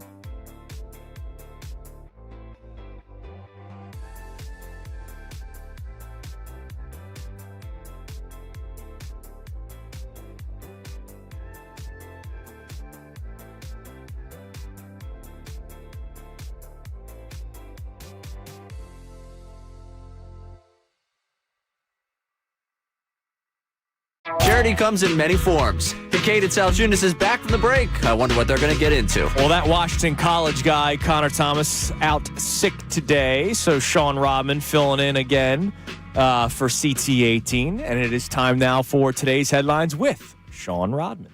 Today's headlines with Sean, no relation to Dennis Rodman. Brought to us by who, Sean? It's brought to us by Lundy Law. Helps if I have it in front of me. For over 70 years, Lundy Law has been fighting for injured people. If you need them, remember the name, Lundy Law, your injury lawyers. Visit LundyLaw.com. That's LundyLaw.com. And let's start with the basketball world right now. And we've had a lot of good rookies this year. First with VJ Edgecombe, as we know here. But Con Kneppel and Cooper Flagg, two teammates going up against it from college, I should say, teammates-wise. They're the first pair of teammates of opposing rookies that went to the same college to both drop 30 points in the same game. And, Con Kneppel was guarding Cooper Flagg late in the game last night, and here's how it sounded to end the game. Oh, tipped! Hornets have it! Put it in there, Con! He got crushed! Yes! He's going to go to the free throw line! Con Kneppel will have his two most important professional free throws upcoming. 8 threes yesterday for Con Kneppel. By the way, you mentioned... A lot of people wanted him. You mentioned two teammates, they each score 30. It's at least 30 because Cooper Flagg dropped 49 yesterday in that game. He's going to be a rookie of the year. But Con Kneppel's been tremendous. Spacing has always been a problem here in Philadelphia and a guy that could shoot the three. So that's why there was intrigue there. Happy with VJ, but I understand why anybody was interested in Kneppel. Absolutely. Yeah. What else we got? All right, next up, let's go stay in the basketball world, but we'll go up to Boston. Luka Garza was on a podcast recently, and he described a drill that Missoula did in training camp like a war zone. The training camp war zone drill was just one of the craziest experiences of my life. For sure. That was crazy that the Knicks were doing it. Yeah, like we're guarding. It was me and Xavier Tillman like lined up, and we're like one-on-one defense going just up and back for like 12 straight minutes. Meanwhile, he turns on the aux, and it's just like machine gun noises and like bombs are dropping and flying, and I'm like, what is happening right now? But yeah, that was pretty insane. So what's that about? Just yesterday on post-show headlines. Yes. Or was it 2 days ago? We did the Ron Burgundy, damn, I hate you, but boy, do I respect you. Yes. And I asked John, do you have anybody in sports where you say that? I hate you, but I respect you. And my answer was Joe Mazzulla. I hate him. But you respect it. Look at what they're doing this year. When Jason Tatum got hurt, everybody thought, all right, the Celtics will be maybe a play-in team. We'll see if Tatum comes back. They're the 3 seed right now in the Eastern Conference. But when I hear stuff like that, I go, I hate that dude. Like, he's weird. But it works. Yeah, it works. And, I don't find him charming. No, he's not endearing. But he's a lunatic. But he's a great coach. But he's a mastermind, apparently. I have no idea what that's about, though. Yeah, like, that to me is very so. It's a little so strange. On that same podcast, I forget who it was. Somebody said that it was their birthday this summer. It was one of the other Celtics players. And Mazzulla called him and said, hey, man, happy birthday. Everybody thinks we're going to suck this year. I love it. And hung up the phone. Mic dropped. Like, that's how weird this dude is. But he knows how to get the most out of his basketball team. So there you go. All right, thank you, That's Sean. interesting. We appreciate it. It's a Friday, Johnny. It is. You know what that means? Football Friday? It's a football Friday. Oh, wait a minute. It's wait. also Fridays with Fadul, Oh, it's Johnny. co-branded. I like that. Amy Fadul, she's ready to go. She'll be joining us for the remainder of the show. Coming up next, her thoughts on Sean Mannion getting hired by the Philadelphia Eagles, what Joel Embiid had to say, shouting out management a little bit yesterday. We didn't really get much into it. The Giannis Antetokounmpo rumors about him eyeing up Philadelphia. How many of you out there want it? I heard Sean Brace very excited about this yesterday. But for the first time in a long time, Sixers fans aren't running to social media trying to come up with trades. So how many of you actually want that? 610-632-0975, some of our topics. If you like the Mannion hire, why? If you don't like the Mannion hire, why? You'll hear from some people that actually know him coming up next. It's Kincade Salciunas, 97.5, The Fanatic. Now on 97.5 The Fanatic Sports Update. The Eagles get their guy. I'm Sean Rodman, and Sean Mannion has been named the new offense coordinator for the Eagles. Packers play-by-play voice Wayne Larrivee joined Middays and Marks yesterday before he was hired on the type of coach the Eagles will be getting. Hard for me to say Sean Mannion challenged Matt LaFleur because I wasn't in on the meetings. So it's only speculation on my part. But I'm pretty sure that when LaFleur hired Mannion, he didn't hire a yes man. The Sixers came from behind late in the fourth quarter to beat the Kings, and they had Tyrese Maxey's help there with a game-winning basket with 1.3 remaining. Maxey finished with 40 points, Embiid with 37 points himself. Sixers are back in action tomorrow night at home versus the Pelicans. Flyers lost again last night, 6-3 in Boston, marking 10 losses out of their last 12 games. Flyers tried to turn that around tomorrow afternoon at home against the Kings. You can listen to both those games on 97.5 The Fanatic. And this update is brought to you by Uber Eats. Philly, you hungry? Good thing Uber Eats has a good deal waiting for you at La Carita food truck. From now until June 30th, get a buy one, get one deal on selected items on the app. Order now, only on Uber Eats. Terms apply, see app for details. I'm Sean Rodman on the home of the Sixers, Flyers, and the best birds coverage, 97.5 The Fanatic and the 97.5 The Fanatic app.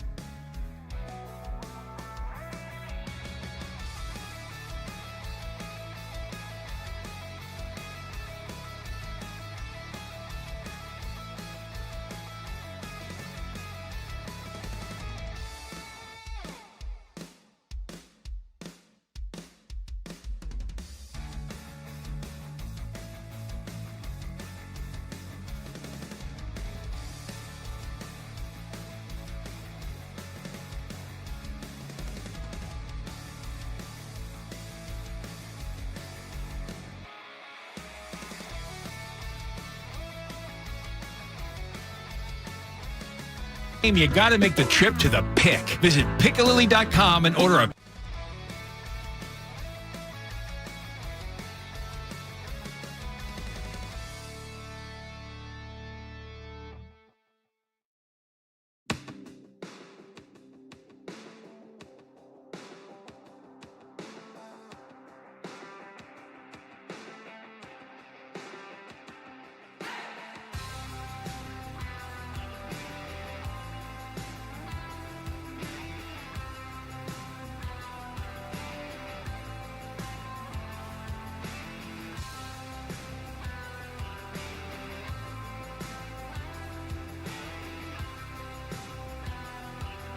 but they're really not that bad, at least most of the time.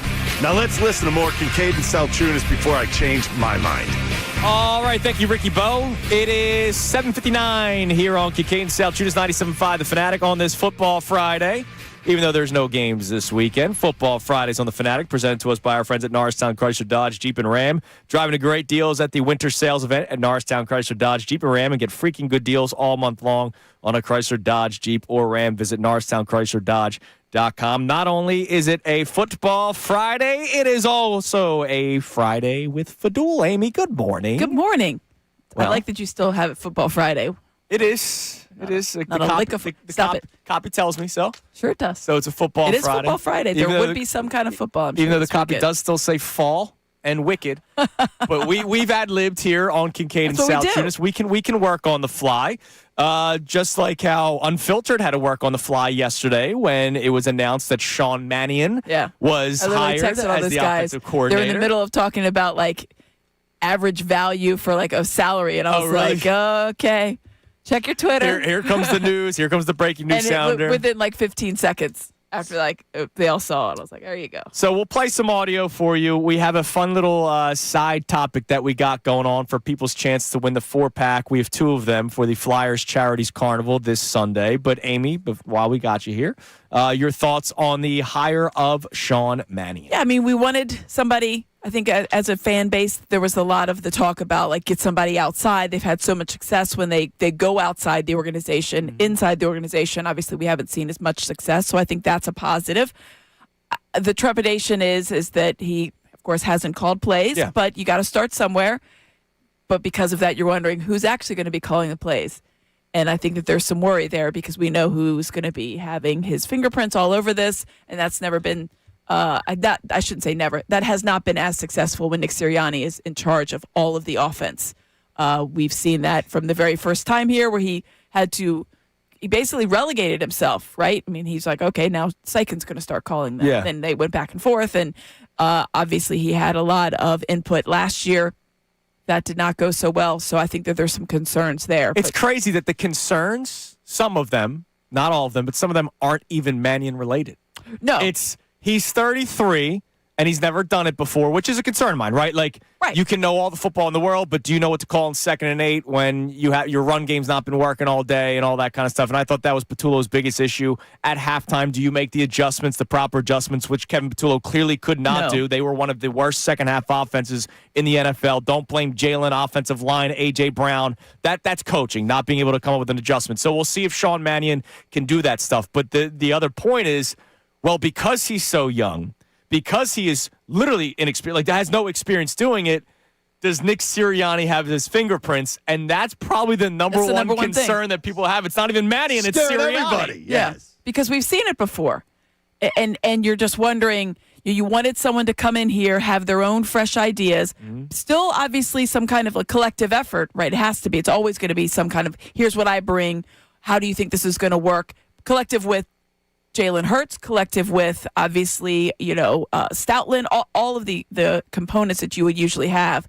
But with someone that doesn't have that experience, you wonder how powerful his voice is going to be in that room. So there is a concern for that. I'm not going to say it's unfounded because, of course, it's going to be because we're dealing with this.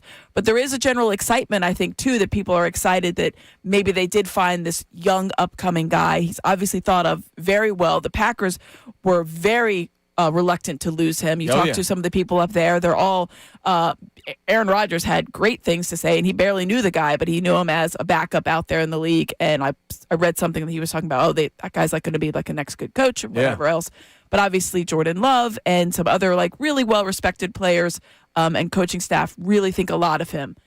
He obviously, as a backup quarterback, has a different view, and I feel like those are the ones that you always look for as there's no surprise, like Mike Kafka's name was out there. Sure. Kellen Moore. I mean, these guys are there's a reason for that. They've seen the playbooks. They have the knowledge base for that. But yeah, I mean, there's definitely, I guess I'm cautiously optimistic. That's been the word we've heard from texters today, YouTube I mean, I'm excited. callers. I think it's fun that they tried. They made the swing for a young guy that's a good offensive mind that's thought of highly.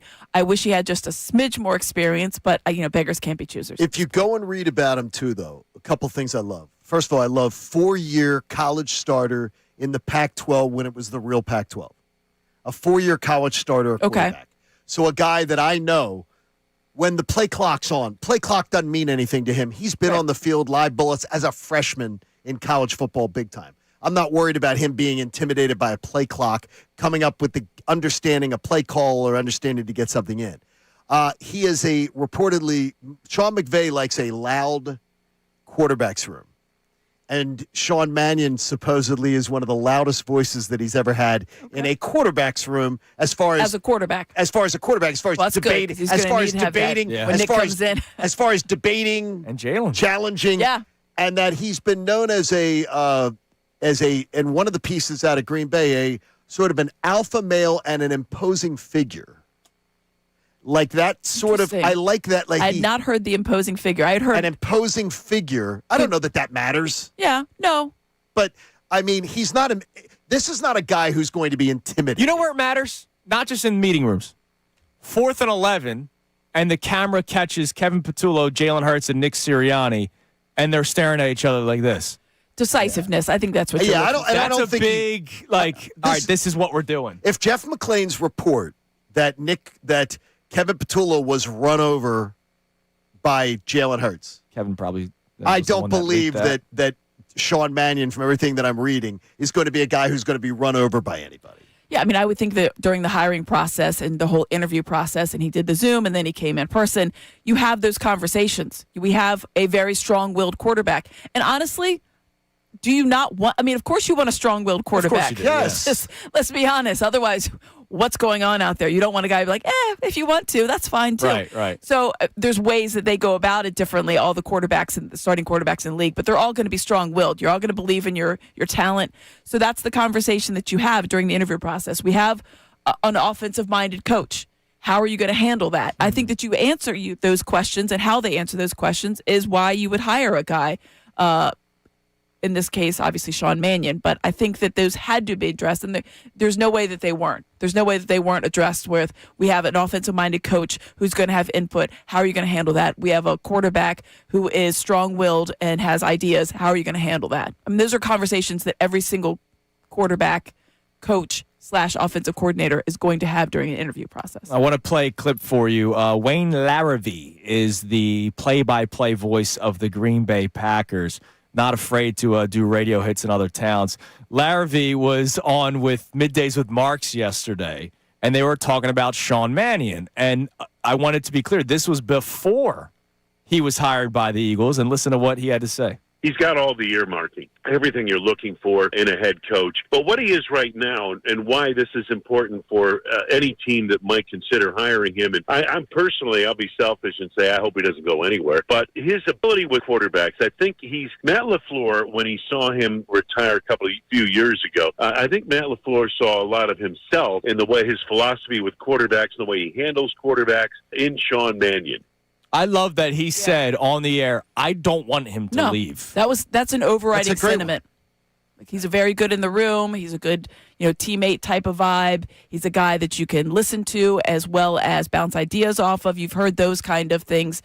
Innovative, it's another word that is coming to mind when he's first was kind of getting into the foray, like he had ideas. And I think that that's really important. Here's a couple numbers for you. Jeff Kerr of here has this for us this morning. Malik Willis, prior to joining the Packers, had only thrown 66 passes in the NFL. And they were atrocious passes. He was a 53% passer with 3 interceptions, a 4.9 QB rating, no touchdowns, 350 Yeah, that was in Tennessee. It was horrific. Now, with the Packers this year, a 78.7% passer, 6 touchdowns, no interceptions, a 134.6 rating.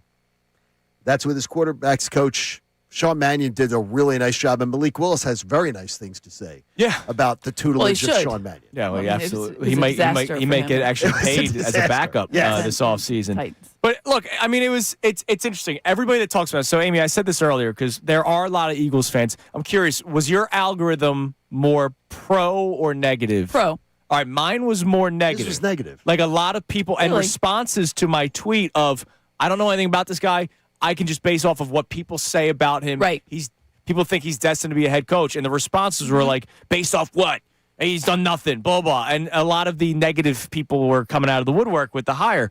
The point I was trying to make for people, we know Christian Parker because we're Eagles fans. Mm-hmm. John spoke to radio hosts in Dallas, the team that he is now the defensive coordinator of. They did not know who Christian Parker was. And yet, people in Philadelphia talk about him being the next big thing. That's Christian Parker or Sean Mannion is the Christian Parker of Green Bay. It's a very similar parallel, right? They didn't know anything about this guy. They knew he coached the defensive backs. Yeah. That's good.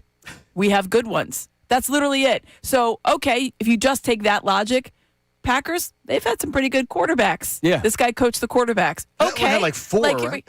You know what I mean? Like, that's good. That's and the a way good he's parallel. talked about by people that know him. And the people that know him, these are not people that are like, yes, they're his buddies or whatever, but these are people that work with him. They see him as a certain type of coach, and you can recognize that early on. Hell, we can all recognize that certain cases, right? We can look at a guy and be like, probably not going to be a good head coach, but maybe a good coordinator. Or maybe he's just a very good specific guy. He's very good coordinator, and this is what his role is going to be. You can recognize those things just from the outside. But if you're on the inside, of course you can see that because you see how they come to work every single day, how they approach game day, how they approach the entire week, and how they can help mold the ideas, in this case, in an offensive room. Why you would not... I think there were some people that on my timeline that were like, I'm cautiously optimistic, but of course they're going to say good things. And I was like, I wouldn't say of course they're going to say good things. Maybe it's because they're Green Bay and they just figure they're nice and they're Midwesterners, because we know Right. if it was a Philadelphia guy, we'd be like, well, we'll tell you, that guy is not good. Well, people are saying that, like I have that in my algorithm today. People saying, boy, you guys are being real positive, just like every other time.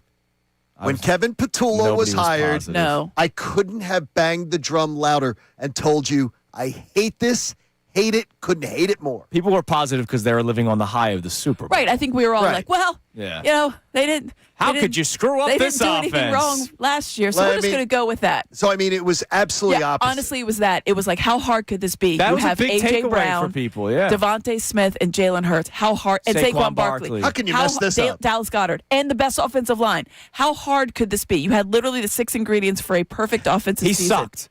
He was bad. But I remember that last summer. We're like, how hard could this be? They tried talking me off the ledge all summer long. I tried helping you. You were panicking 50 days before the first game. And you know what? Yeah, well, absolutely on target. Yes, you were. Bang. By the way, does Kevin Petullo go to the introductory meeting? No. Yes, he has to. He's still an employee? No, he can't. He's still an employee? No. There could be something where, like, Sean Mannion catches something. No, he's got to. No. Yes. Think about it. If we got a new, we have a program director. Let's say we hired an assistant program director. We would all have to be at that meeting, right? Mandatory meeting. Does Kevin Petullo go to the meeting of Sean also, Mannion? don't you want to show not him, the press conference, the meeting in-house. Yes, correct. How about go? He's still an Eagle. He is still on the coaching staff. Yeah, if he's still a coach for the offense, he has to go meet the offensive coordinator. That's why we got to find out this weekend that he's gone. I'm stunned that he's still there. Hey, how's it going? No, it's not that I'm stunned. Do you he's think still he hands here. him like he's like, here's some of the plays? Yeah, I'll put this over here. We'll put them right there. I'm telling you right now, it's so cold. If you see a bonfire, Amy, when you go to work, when you pull into work, if you see a bonfire over near right over there near NovaCare or coming from. They're burning the playbook from this year. It's a very small They're burning. Yes. Very quick fire. I probably won't be able to see it. They took one of the bins and they're just burning stuff right now. God. I don't want Mannion looking at it. I don't want him even looking at game tape from this year. Petullo might be at the meeting, Johnny. He should not be. He's part of the coaching staff. All right, Sean, read us a couple text messages. I'm also very disappointed in you. I'll tell the people why in a couple minutes. Me? Yeah, you missed a big story in today's headlines that we're going to get to in a few minutes. But Amy, not only are we reacting to Sean Mannion being hired as the OC, we're also reacting to the news that dropped yesterday, and I really hope that's not what Schefter was teasing, by the way, of the Phillies special. No, that's not it. Documentary, the 30 for 30 that comes out next Friday. So, Amy, we're asking the audience to try to win a 4-pack of the Flyers Charities Carnival tickets that we have for Sunday. Love it. What could be the next 30 for 30 that is Philadelphia related, but it has to gain the attention nationally? Like, we've had people chime in with, like, things that we would really care about, but somebody in the Midwest probably doesn't care about. I mean, if you're interested in basketball and Twitter, you got to go with Colangelo. So that was something that I was hinting at. That's what he thought. I mean, that needs to be longer than that. That's like it's like a Jordan series. So John and I talked about this during the break. So Sean, let me know if somebody has this answer. They could be one of the winners. Instead of just like the process, the tank. Yeah, because the whole league. We have a lot of those. The league stepped in. Like, just think about it from the outset. If you're like a person you're in Oklahoma City who absolutely tanked and it worked in the best way. Yeah. They have so many draft picks For 2 years, yeah. They've got draft picks for the next 50 years because of how they did it. It's incredible. But the tank, right, to get everything. Then when they started winning, then they traded everybody. Yeah. Then you're having guys that you've literally never heard of before. Jakar Sampson, Hollis Thomas. Like they tanked and they traded. Hollis Thomas played for them? Hollis Thompson. Oh, I'm going to say. You know what? He might have. I can't see if Hollis could get up. Hollis might have. Hollis Thompson, Jakar Sampson. He could clog the middle for them. Well, he might have been a little bit better. He could. But I mean, that's the thing. So they tanked it. Then they weren't tanking enough because they won some games. Yeah. Then you had a GM that you never heard from. He refused to speak to the media. Yeah. Then he was fired. Then you bring in your coach who's never done it before and you throw him to the wolves. And then the league has to step in and assign someone first so he can assign his son. It's the most wild thing you've ever heard of. Like, it's just, you couldn't believe it. Because they were buffoons. Because they were buffoons but you hire that made a mockery of the game. Well, then don't make the rules that way. I understand, but the thing is you don't make the rules that way. I agree. I understand, but when you're letting... It does not allow the league to put in a plant to bring in another human. No. I can understand. It was just Jerry Colangelo, fine. He has the pedigree, Right, exactly. whatever else. It was like, oh, wait. I'm actually not going to do it. By the way, we talk about OKC it being so quick because it worked out. It was 2 years. But hold on. Do you think they would have stepped in for a market like Oklahoma City? Nope. Because the Philadelphia you know what market was a marquee big team. part of it. You can't have the Sixers be. That's But it's it's a like, why huge do you think the difference. Knicks are all of a sudden really good? They were also not going around bragging as if they had cracked the code. Right, well, that they had didn't- come up with this brilliant strategy to Not a fan of the reinvent tank, the game. apparently. No, he's anti-process. Got that. They were not. Very They were much not so. bragging about. Wow, we figured out how to build the super team. They were keeping their mouths shut about I mean, they it. did, though. Oklahoma City was literally very verbal about it, but no one cared But because they it were- was in the middle of But Oklahoma. they were not smarter than the room. The Sixers were being smarter than the room. One human was. Yes, but he Yes. was. But he was being very smarter They than did the not room. like Sam Hinkie, and therefore they were like, you're And out. you know what? To John's point, there are Philadelphians that literally raised a banner about him because, Which is ridiculous. yeah, it Yes. is. So, I hate that But the team that I whole- rooted for That did that. whole idea is just mind-blowing. Yes. When you look at it as a that whole. the league stepped in and That they were and like, you can't do And this. then we have collars and then we have tweet gate. Like the story And the- is not just and about the tank itself. And Twitter's the one that figured it out. Yeah. Sixers Twitter, God bless them. Amazing. Ben Dietrich, right? Yeah. Dietrich? I Dietrich. forget. He was the guy from The Ringer that like They all started comparing cracking the code. the tweets. And then the general manager at the time blames it on his wife. Yeah. The whole thing It's is an incredible wild. story. Did you believe that the wife could have? Did you ever consider that? And why would the Not even wife? for a second. Why would the wife let herself be? I don't know. I didn't believe for a second. I don't. But why would the wife It's the let most her? wild thing of all time. Like I can't even Millions? wrap my brain around. Millions of dollars. That sort of really downplays the woman. Millions Makes of her dollars. seem like a real dope. I mean, to me, Or super smart because she's trying to save her husband. Millions of dollars. could be, yeah, could be. Millions of dollars, yeah. Yeah, the whole thing is just So, wild. Sean, whoever sent that in first, give them the first 4-pack of the Flyers Charities Carnival because we obviously spent so much time talking about it. Flyers Charities Carnival this Sunday. I think the doors open at 10, but we'll be on the air. 10:30. 10:30 doors open. Johnny and Ricky will be on the air from 11 to 2. I'll be in the dunk tank. Silvana will be in the dunk tank. If you don't win tickets, go to flyerscharities.com to purchase them. So we have one more 4-pack to give away. What other answers have we gotten on the text line, Sean, at 610-632-0975? All right, so I'm going to need some clarification from you guys on the process era because we have a handful of them, but different variations of it. First person is Chris from Washington. Don't trust the process. Okay. Well, I'd approve of the title. Next up, we have someone saying has to be a conclusion of the process with Embiid winning the title with Max. Well, that we don't know if that's ever going to happen. So we can't. Like you can't you write give that. me the MVP. Yeah, but you can't You write wanna that end it there? story. Like I can write the first one. You can't write the second one. We also have from Big Leo, the Fallen Prince, Big Ben Simmons being goated and then failing. Yeah, I just don't know if that's a national story. Yeah, I don't That's think. more and of I like- think he's just so disliked. that would be a part of the 30 for 30 process. That's one of the more confounding so things. give it to the first. Crazy. Give it to the first one you read. That would be the 4-pack of Flyers charities, and then non-process related ones. We'll get some more answers on coming up. There's some other good ones out there. Sean, I'm very disappointed in you. Okay. He missed a major story. Okay, what are you disappointed of? How did you not bring up the first ever Chief Kindness Officer? Yeah, this is the one for I was Super thinking Bowl 60. How did you miss that?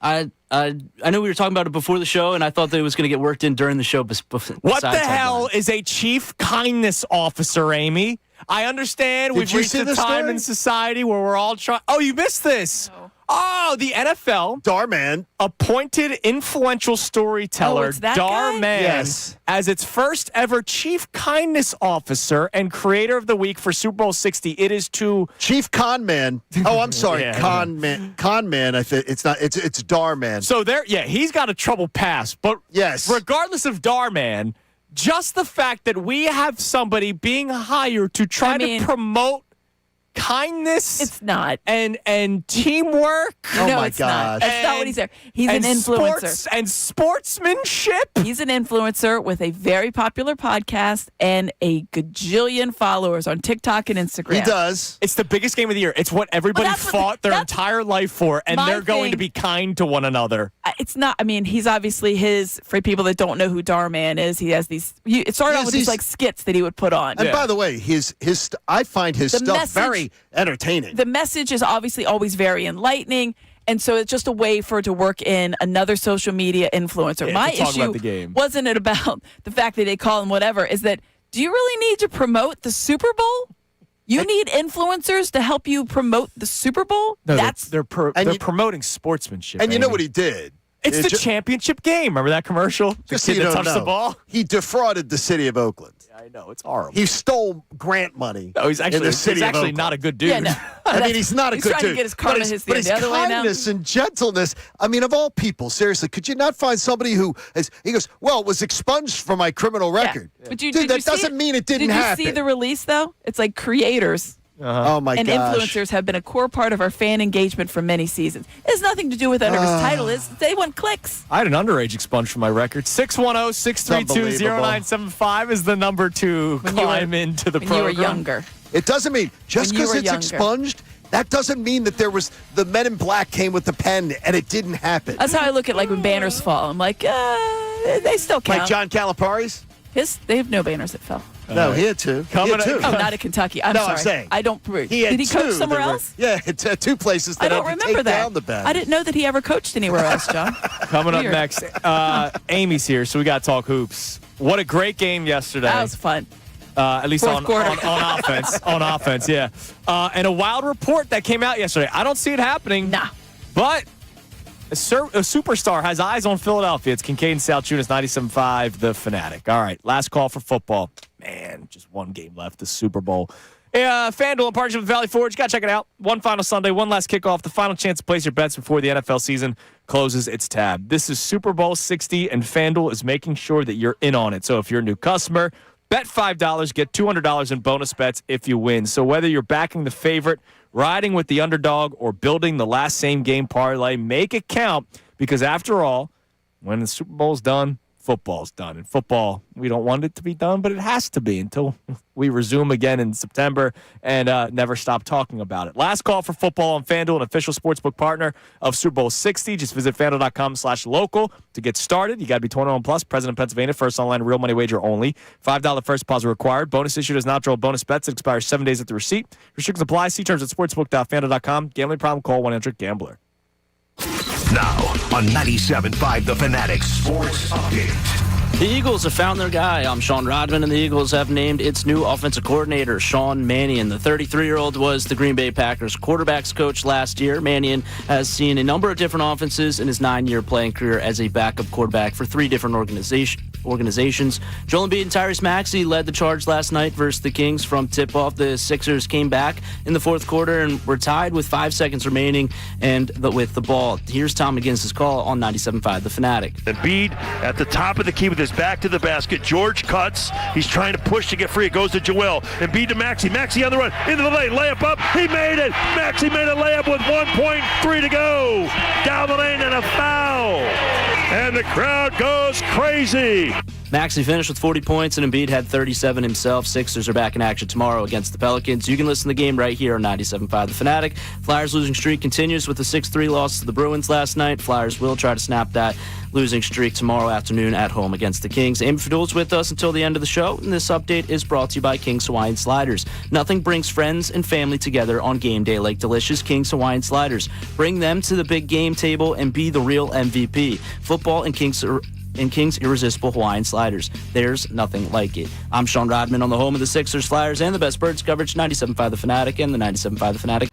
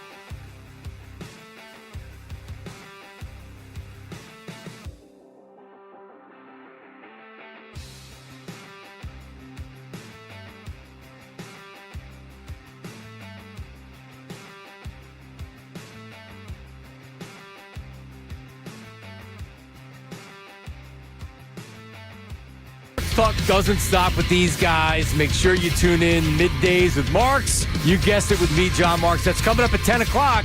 Let's get back to more of Kincade and Salciunas right here on 97.5 The Fanatic. All right, it's 8:32 here on Kincade and Salciunas, 97.5 The Fanatic. Another 4-pack of Flyers Charities Carnival tickets to give away. It was announced on yesterday that next Friday, and we will be speaking with the producer of it next week. She's actually a local gal, went to Penn State. 30 for 30, the Phillies special will be dropping next Friday at 9 o'clock. So we're wondering, because we all expected that to happen at some point. We're wondering what could be the next Philadelphia-related 30 for 30 that obviously has to get the attention of the national audience. So I want to take this call. Let's go to Jeff in media before we talk to Amy about the Sixers game last night. What's up, Jeff? Hey, guys, what's going on? How are you, Jeff? What's up, Jeff? Good, good. So 30 for 30, I mean, I don't think you have to look any further than Allen Iverson and talking about practice. I think it's a great national story. You know, Iverson's obviously an icon, and there's so many different ways you can take that story coming off of that press conference. So the only thing is, Jeff, I feel like that's been done like 100 times. Iverson has been done. He had his own 30 for 30 already, too. Which was great. It wasn't about Really his great. NBA career. It was about It was great. It was the origination. Yeah, how it all started in high school, and With there the was arrest. the lawsuit, the arrest, John the Thompson. bowling alley incident. So there's already been an Iverson 30 for 30, and I feel like the practice thing's been done. But you could get into, people might not know, we all know like why he was irritated. Yes. But you got to interview Neil Hartman for that, because poor Neil, that was his question. Oh, really? Oh, Yes. that's awesome. It's my favorite part when we run that. Neil's the one that asked it. And I Love was like, Neil. but yeah, which is great. Hartman, a shout out. And I think it gives you But it the gives you death that of his great option friend. to go into the relationship with the media. Yeah, I mean, but I don't think the rest of the country, remember, this isn't a local one. The rest of the country doesn't care that much about We'll Philly put sports you in the media. running, Jeff, and we He did appreciate have the call. a very good relationship with the media. Obviously, he saw, Phil Jasner at the front of the room every single time. And, I think there was a special relationship there. And then when Jasner got sick, I think that, that affected Allen and things like that. I think the one that I was going to suggest that nobody picked, and I'm not going to steal it, is how can, and it's personal for me, is how can one Philadelphia area high school control so much of the NBA's refereeing history? Right. Oh, just like you can do, Delco. But it's one high school. Yeah. I mean, at one point we had 6 referees. Now here's the At one. one point it's at one high school in America. Was one of them Donaghy? Yes. I know. I watched the Donaghy. And I mean, it's one. like Was that a 30 for 30, and by the way, Donaghy, or was that just a E360? No, Untold Stories. Okay, I watched that one. They do a tremendous job, like almost as good as 30 for 30. They do a fantastic. I remember watching the Donaghy one, and I thought, but also all a lot of lying in this. those officials from one high school, and then just coincidentally, the gambling. The gentlemen who go to federal prison, who I happen to know a couple of them, who go to federal prison for fixing the NBA games, also from same high school. Yeah, I don't think it's that's a coincidence. That's literally what they had in the Donaghy and that's one. what I'm saying. Is that's how he knew the guys. That's the one small thing. And if you haven't watched any of that, it's great. Really, it's so good. It's so great well done. Now, by the way, they're all you feel Netflix. a little bit like you need to wash your hands a few times after you watch it. There's a lot of BS in it, though. Oh yeah, There's a lot of BS in it. There's one that one of the stories in it is one of the participants in the story. It's, I was 20 years old and I saw somebody, I saw somebody getting into gambling, and so I decided to get into it. Everybody at Cardinal O'Hara, when I was at O'Hara, it's not that way today, I'm sure. Every one of us was gambling on football in high school when we were teenagers. Like whether it was parlay cards or whatever, everybody was. It's not something that happened after college, right? Or when you were in college. In Delco, you were gambling younger, or you were gambling through a bookie even younger. It's just what it was. Untold. They did it. It was called Operation Flagrant Foul. Yes, that's what it was. They also did one on the Mouse at the Palace that was really good. That was a good one. They did a great one on the Gilbert Arenas Javaris Crittenton fiasco. That was the gun that was drawn. What was your favorite 30 for 30? My man, the Bo Jackson one's That's a good really one. freaking It's a good. great one. The one I liked was the Vlade Divac one. Oh, Really? yes, that was a good one. Where never they seen went, that. oh my gosh, powerful and moving. Really? He I'm goes writing it back down right over, now. overseas. He visits Petrovic's mom. It's Yeah. wow. I have never. I'm writing Like he's it down walking right now. down the street and people are like looking at him because there was the divide. I have not. I'm putting it down right now. Something Brothers. I can't remember what the title of it is, but it was. It's truly amazing. One of the. Oh, really, that's really, great. really- There's great I don't know how ones. I missed that. It's a really good one. I really liked Dion, the one about Dion. Oh yeah. because he played in the It was the baseball Atlanta, playoffs and then he went the to the Falcons. That's a. I mean, we all remember like I remember like as a little teeny kid watching that. Yeah. And thinking that was like the That coolest was a cool thing. one. ever. And then one of my other favorite ones was The OJ one The is 1994. June 17th, The OJ one is 1994. fantastic. The Just 'cause way there was they so much, the way they did that. the way they told the story of the World Cup, the NBA Finals, the NHL, the Stanley Cup Finals, and the OJ chase, all on one day. The way they were able to timestamp. Right. Yeah, that was was what fascinating. happened. Bob at Yeah, this 'cause they Costas had on the- TV. Yeah, that one was the a Fab, great one. Fab Five. Yeah, of course. Fab Five was a great Oh, one. that was great. That was great. That was if you're and you being a college hoops head, that has to Yeah, be that's one why of I your. can't and wait the for the Iverson Eagles one one. is really good too. That has to be Yeah. one of your favorite ones. So- Once Brothers. Oh, and the U. What's the Once Forgot about Brothers? The U. The U's a great What's the one. Once The Brothers? Once Brothers is the diva. Oh, okay. I got to Yeah. see that one. The U, just because. Just 'cause it's the just U. Luther Campbell in that one alone is just amazing. I haven't seen that one in forever. that one's that one's a good They're one. tremendous. So the best answer, Philadelphia related 30 for 30 There's that some good spans ones. nationally. Isn't there a Sean We'll get the Rodman 4-pack. one? No, there's no Oh, Sean there's a Rodman Dennis yet. Rodman Yeah. one. Close. No, that's one of my Close. favorites, actually. There Bad is a Boys Dennis Pistons one, Rodman. too. Damn right. All right, Amy, Sixers win yesterday. That they did. Tyrese Maxey. Let's play it again. Tom McGinnis on the call. Here's how it sounded just before the buzzer in South Philly last night. Embiid at the top of the key with his back to the basket. George cuts. He's trying to push to get free. It goes to Joel. Embiid to Maxey. Maxey on the run. Into the lane. Layup up. He made it. Maxey made a layup with 1.3 to go. Down the lane and a foul. And the crowd goes crazy. By the way, we just talked about Nick Nurse, people wanting him fired a couple days ago. I love that call. That was a tremendous call. We've seen that play before, Play and design. it's a tremendous play because it utilizes the passing strength of your big man, who's going to draw. Because Joel Embiid is in his last 5 games averaging 33 points. 37 Yes. last night. He's always going to draw the defense, so he draws an extra. You can't cheat on him, right? You have to give him a defender, sometimes somebody to go over for 2. So it draws him over. Great passing big man and the speed of your point guard. It is an excellent play. We've seen it before, and you'll see it again. And it always works. They know it's coming, and it still works. Still works. Try stopping it. Can't stop Yeah. Maxey. You're going to foul him. No, and they because did. it goes a Exactly. million miles per hour. Now, there was news that the Sixers were, or reports that the Sixers were related to yesterday with Giannis Antetokounmpo having eyes on Philadelphia, loves Tyrese Maxey, works out with Drew Hanlon, as does Maxey, as does Joel Embiid. As much as I would love to play NBA 2K25, Right. I mean, in a vacuum, can you imagine this season right now if you had Giannis, Tyrese Maxey, and Joel Embiid? it would be really fun. I don't see it happening. I don't know the package they could put together How could they? that would. It would be George, Edgecombe, and picks. You're giving up Edgecombe. Edgecombe would have to go. George would have to go. They'd have to want George. I don't see them wanting George. Well, whoever they do The the trade with, free you're going to have agent. to have a person Yeah. that they're not going to just to make the money work because he has a lot of money coming to Yeah, him. he does. Giannis does. Yeah. But no, I wouldn't. Any scenario where I'm trading, and I get it, the known commodity, Giannis. Whew, wow, MVP. Wow, yes. It's a tremendous 50 player. burger in like this an guy NBA Finals rolls out of game. bed.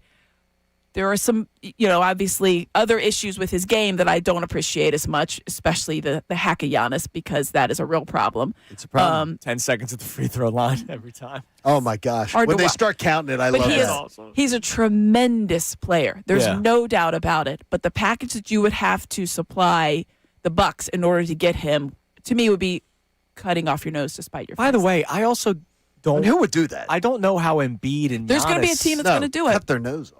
Well, yeah, that would That hurt. I don't know expression. how Embiid and Giannis necessarily works. Yeah, I think that we have a little PTSD with Al Horford here. Yeah. As far as like how 2 big men would operate. Or Ben, because Giannis isn't, the best 3-point shooter out there. Spacing has been a problem with the Sixers for 6 freaking years. Yeah, I think that you would just have to work it'd be a good problem to have. Sure. Joel would surrender the paint, which is fine because honestly, this year he's been in the paint a lot more recently. He's fine going out in that 10 to 12 feet. Oh, yeah. We all know that. He can operate there. But, yeah, there would be some concerns of spacing. But just you would be salivating over the idea of, like, we're going to score. Look, don't get me wrong. We're going to score 130 points. When I see an article from Jake Fisher, who I respect a lot, mentioning the Sixers, Giannis has eyes on the Sixers. And I think that's why. Wow, that's really cool. And then I start thinking about it. I go, I don't know if I totally want it, though. Yeah, no.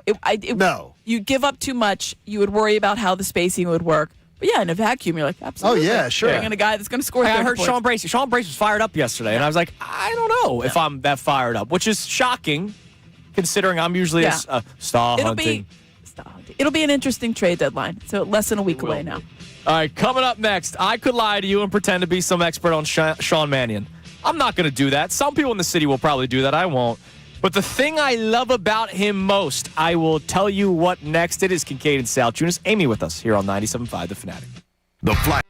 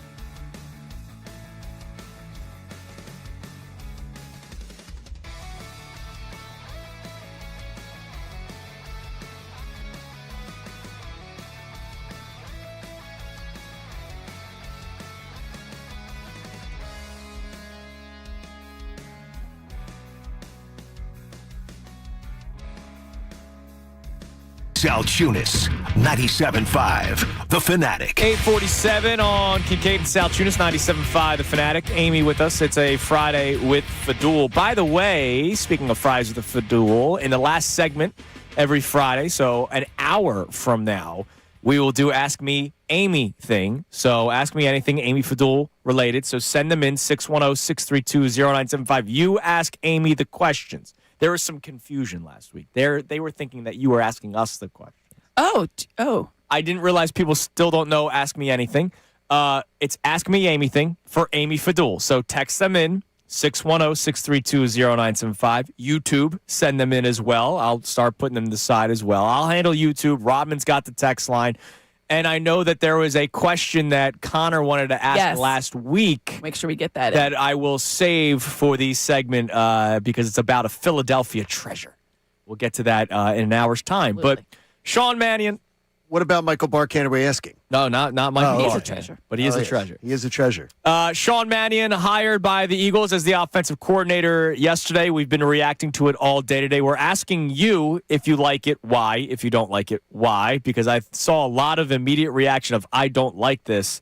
And that was just it. Like, they didn't, expand why they didn't like it. Some people pointed out the lack of experience, which I totally understand. It's one of my concerns with the hire because is he clicking on second down, third down, run game's not working, this guy's out with an injury, how are you going to keep on playing, calling these plays? So I understand why somebody would say that. The thing that I like most about it, Amy, John, you and I talked about this earlier, but Amy, welcome in. It's a Friday with Fadul. The thing that I like most about him is that he played for Sean McVay. So that means he got to study with Sean McVay. Right. And he's been working with Matt LaFleur. So that means he's been able to study with Matt LaFleur. Honestly, those are two big positives. Major. To me, that's. And that's where the foundation, when you look at where the coaches start, right? What is an origination of a coach? It's from their playing days, and everybody, it's like a little snowball. As they start rolling on in their careers, they pick up things, and that's who they become. And so that's what we're looking at. We're looking at a very early stages of this, educational snowball, for lack of a better expression. But it doesn't mean that he hasn't picked up a lot of stuff that's going to be super helpful.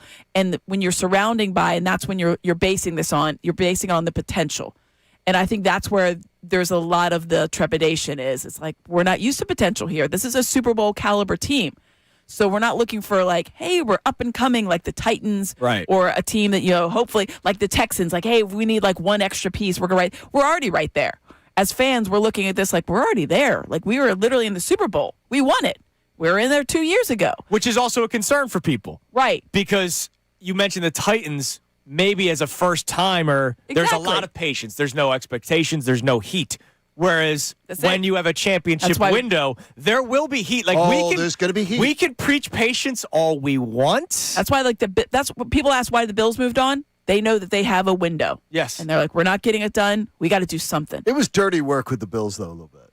A little bit. I mean, he had a long time there, but you lost. The owner comes out and tells you that I'm complaining because I think there was a bad call. His press conference was horrible. And then horrible. It was how you don't do a press conference literally as said, an ownership group. We fired him because we didn't win this game. And then it was... you can't say that. But wait a minute. You also are on the record saying that you thought it was a missed call. So if that missed call doesn't happen, is he still the coach? And he's like... And he would be the coach.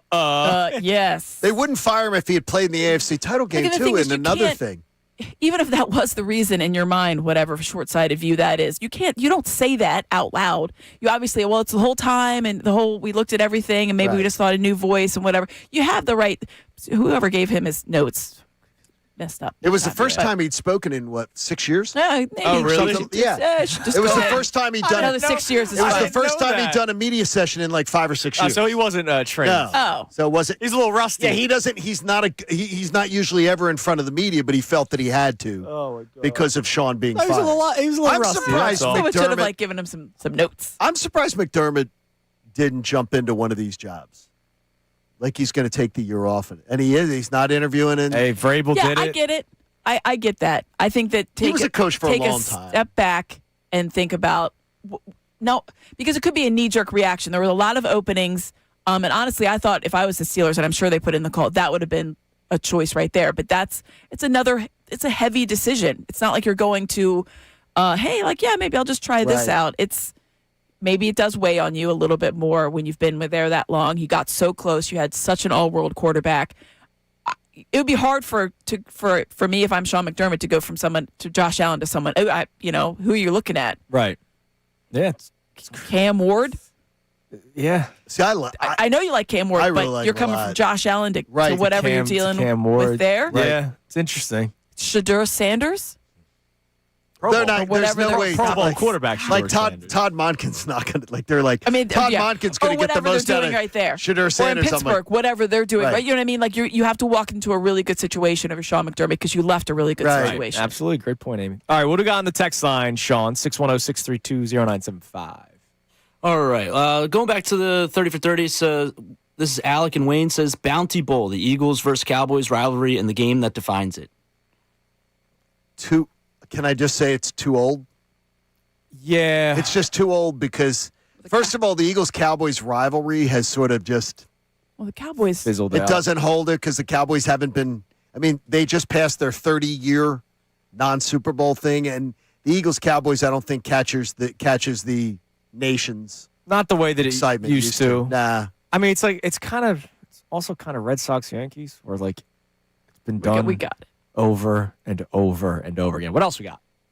All right. Next up, we have David from Drexel Hill checking in, says the idea of Howie Roseman, the puppet master, and for his rise and fall of being demoted to back in power. I could see Howie Roseman getting a study someday. It's interesting because he was basically he was banished from the building. Went to the broom closet. He didn't get to have Yeah. his office anymore. Chip I think you kicked could, him yeah. out. And then the tangential relationship with Chip Kelly, that whole thing. I thought it's interesting. The emotional intelligence. All right. What else we got, Sean? All right. We'll Spin that. go back to the Eagles conversation with the offense coordinator. One person checking in, Mike from the Northeast, says, wow, the Eagles really hired another joke. It really sucks to be an Eagles fan when you know they will lose A.J. Brown on top of a new offensive coordinator. It's set up to fail. How about that? And as I said, my algorithm was mainly negative yesterday. And I do believe there are people that will be negative for the sake of being negative. There's also the people that will say whatever the Eagles could have hired the positivity rabbit and somebody would have celebrated it because the Eagles can do no wrong. That's an aggressive take. Aggressive. The A.J. concern, I totally get it. He's your best wide receiver, so I get that concern. I wouldn't say hiring Mannion was a total joke. Based off what?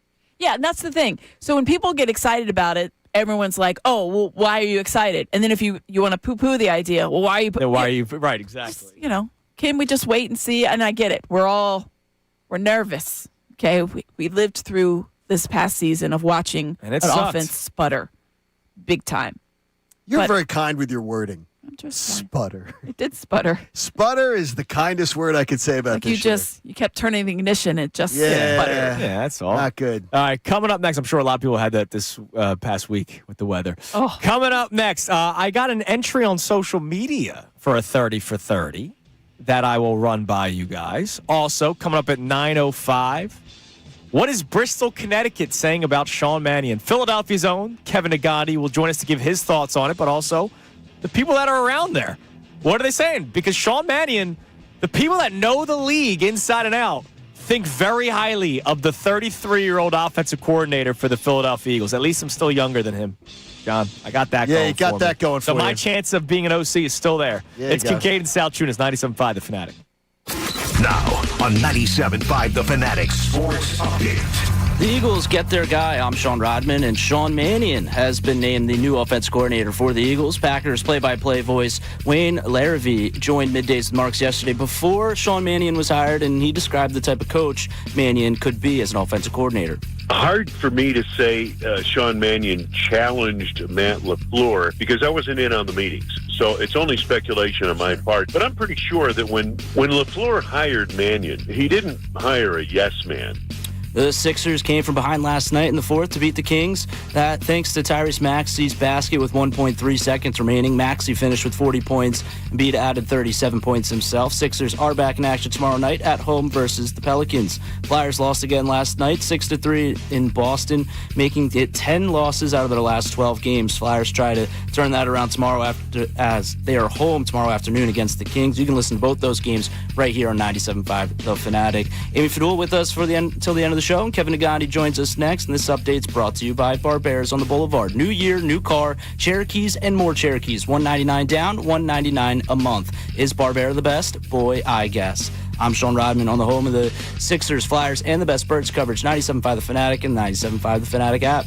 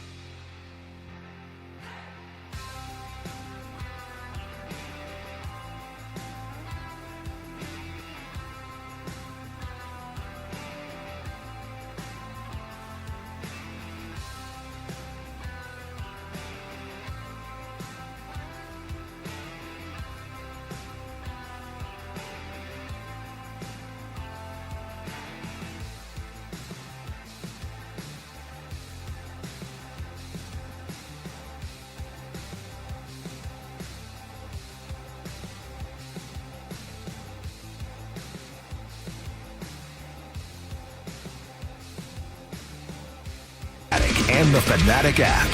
It Earlier is today on Kincade Salciunas. If you like the hire, why? If you don't like the hire, why? I said to you earlier this week, there was not going to be a hire that I was going to get excited about. Just straight up.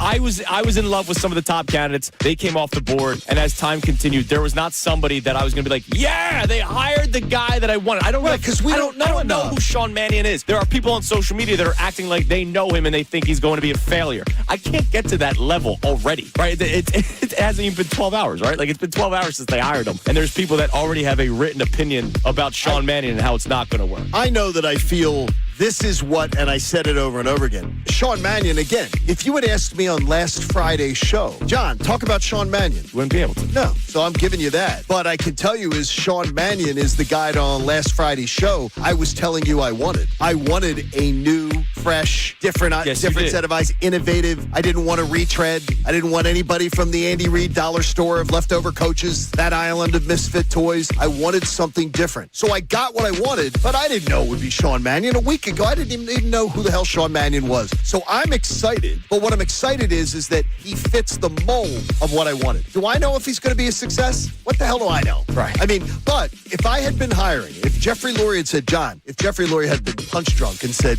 we're going to let Kincade be in on the process, and I was in on it, this is the kind of guy that I would have pushed for. And I never would have cared that he'd never called plays. Now back to the show. So that's what we've been talking about today. It is a Friday with Fadul. Amy with us for the remainder of the show. Don't forget Ask Me Amy thing coming up around 9:47. Text in your questions for Amy Fadul on any topic. Doesn't have to be sports. 610-632-0975. Kevin Nagandi will be joining us coming up in a few minutes at 9:05. But we've been reacting to the Eagles' hiring of Sean Mannion. If you like it, why? If you don't like it, why? I'm really intrigued that we are at a point in society where I have to ask why. Because there's a lot of just immediate fingers to keyboard. I don't know. I hate this, or I love this. This is great. And it's like, all right, well, why? Like just because. Can we just talk about it? Like, if you have reasonings, I'm all for it. Like, let's just have a conversation. It doesn't just have to be so cutthroat. I don't like it or I love it. Yeah, well, there was just the initial reaction. But I think the initial reaction, honestly, if you were honest to yourself when you saw the news yesterday, you thought, huh. I can't imagine initially you had this real vehement, like, no way. Yeah. Really? Because you can't. We don't know. But the same thing, you're saying the same thing about somebody who's like, great hire. Right. Like it's the same thing. I feel like you can just be like, okay. But I do think there's enough of leftover of last season of just like, oh, come on. Like, couldn't we have just gotten a person that we know exactly what they're going to do? Isn't that who we wanted? I think that's the overwhelming like thought process for people that are feeling a little bit negative about this. They're like, couldn't we just? But my timeline was really. It was a cautiously optimistic timeline. I was like, all right, let's see what this guy's got. Yeah, nobody can tell you anything. That was how yours was negative. Right. But I don't know. Maybe my algorithm was skewed. I got a tweet from Pat Schultz on Twitter saying, I really don't get the concern about Mannion being able to call plays, quote unquote, on the fly. He played in the NFL for 8 years. He was under some of the best offensive minds of all time. You cannot compare him to Patullo ever. I'm not comparing him to Patullo. I think their resumes are drastically different. I'm just saying, you can know football and then in the heat of the moment, maybe not be able to call plays correctly. Mikey Mack responded to that saying, I guess Andrew forgot about Kellen Moore's early start to his coaching career. I'm not trying to compare Sean Mannion to Kevin Patullo. I get it. It's just the idea is that, though, a guy who was a 4-year college starter at quarterback in a big-time power conference, I'm not worried about him understanding getting play calls in or the clock being too much of a pressure. No, I'm in wait and see mode. Right, like, but we don't know how good he is, right. and Nobody knows. And anybody who says they do doesn't. Yeah. I just think you can go off of what people say who've been around him, and you can look at the circumstances that he's been in. And you mentioned being around Sean McVay, being around Matt LaFleur, coaching high-level quarterbacks, improving quarterbacks as in the 2 years. I think it's more the 2 years that sticks out for people than even him just being a quarterback's coach. Right. To me, I think that's what sticks out a lot. It's like this guy, how did this meteoric rise? There's looking at like, this guy's how old? He did 33. What? Yeah, exactly. I think it's more like that of like, oh, he played in the league for 9 years. Well, did he play? And he played in the league when? Did he play, though? Did he play? Yeah, he played. Oh, I actually looked this up. He did throw one touchdown pass. I wonder who caught it. KJ Osborne. Wow. That is going to be a trivia question that someone's going to dominate now. Someone's going to dominate that now. I wanted to ask DeCecco, but we ran out of time. 5th-round pick out of the U. All right, joining us now. What does Bristol, Connecticut think about the hiring of Sean Mannion? Because a lot of football people speak very, very highly of the new offensive coordinator for the Philadelphia Eagles. From ESPN, our man Kevin Negandhi joins us. Kevin, good morning. Hey, good morning, guys. How we doing? We're doing great. We've been reacting to the news. I appreciate the Eagles for giving us an easier Friday with Sean Mannion being hired. So, Kevin, I'm curious your thoughts, because I'm sure it was discussed on the 6 o'clock Sports Center yesterday that the smoke finally had risen from NovaCare and that a new OC was named. I'm excited, man. It's nice to get outside ideas, some outside juice. Somebody I think that has, you've heard about his name because at first when his name was brought up, I was like, Sean Mannion was just playing literally like 2 years ago. And I was like, so if this was a quarterback's coach position like he had for the Packers, I'd be like, oh, that makes sense. So if he's with LaFleur and hearing the people that I've talked to with the Packers, they're like, he's like, a whiz kid, man, that understands even as a younger kid that he wanted to be a coach and, the experience and the relationships that he's had with the quarterbacks. And I was like, hey, man, if this guy can have a good relationship with the quarterback and Jalen Hurts, who desperately, I think, needs to feel like he could trust somebody, I think that it's a good hire. My concern has always been experienced play caller. I think they need an experienced play caller. That will play out. right before our eyes, scenarios and situations. And then guess what? There's a trust there because Jalen's going to have to trust him on play calls and not check out and say, let's just go with what he's saying. And I think that's got to be established over the next 6-7 months before we have real games. I'm excited. I'm more curious to see the role of Nick Sirianni playing because, again, the message to many of the seasoned OCs was, hey, if you want to come in here, it's going to be your offense. Nick will oversee it. Nick's not going to have his fingerprints all over it. Will that play a role here now with an inexperienced play caller? We'll find out in real time. I'm fascinated by reading the statement that the Eagles released, which was from Nick Sirianni, which was a bunch of I led the process. I was looking for this. I wanted this done. When every bit of reconnaissance I've done sort of leads me to believe that this was a process that was being done collectively and certainly not being led by Nick. What were you hearing about the search process? John, without question. I mean, there were better AI term papers being handed in than the press release they put out last night. Jeffrey Lurie's clearly has his fingerprints on this. He loves doing this, and Howie Roseman's involved in this, and Julian Lurie's involved in this. Yes, like they've got to be involved because that's kind of what they believe in, and I'm okay with that because when they've made their decisions, they've been pretty darn good. So I trust whatever the statement came out. I trust what we've seen and what we've understood and what we've heard more than what we read. Yes. So that's kind of how I view it. I view that if Lurie's behind this, if his son's behind this, if Howie's behind this, then to me it's an organizational decision. It's a big picture decision because, guys, I think everybody has the same vibe and sources and conversations. This feels like this is a 1 year for Nick and Jalen to get on the same page to figure it out. Yeah, and it does. And they've got to get this right. Sorry, Kevin. Sorry, Amy.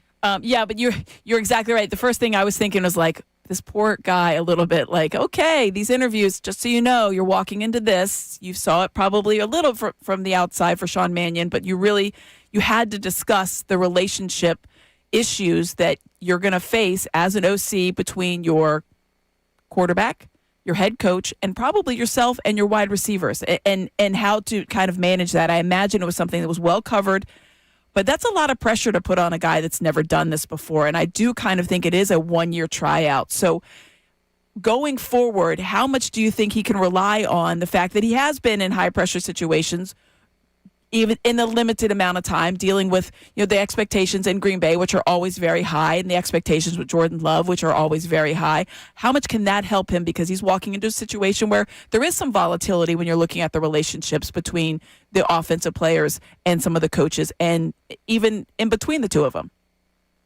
Amy, it's a good question. How I view it is that it's an opportunity for him.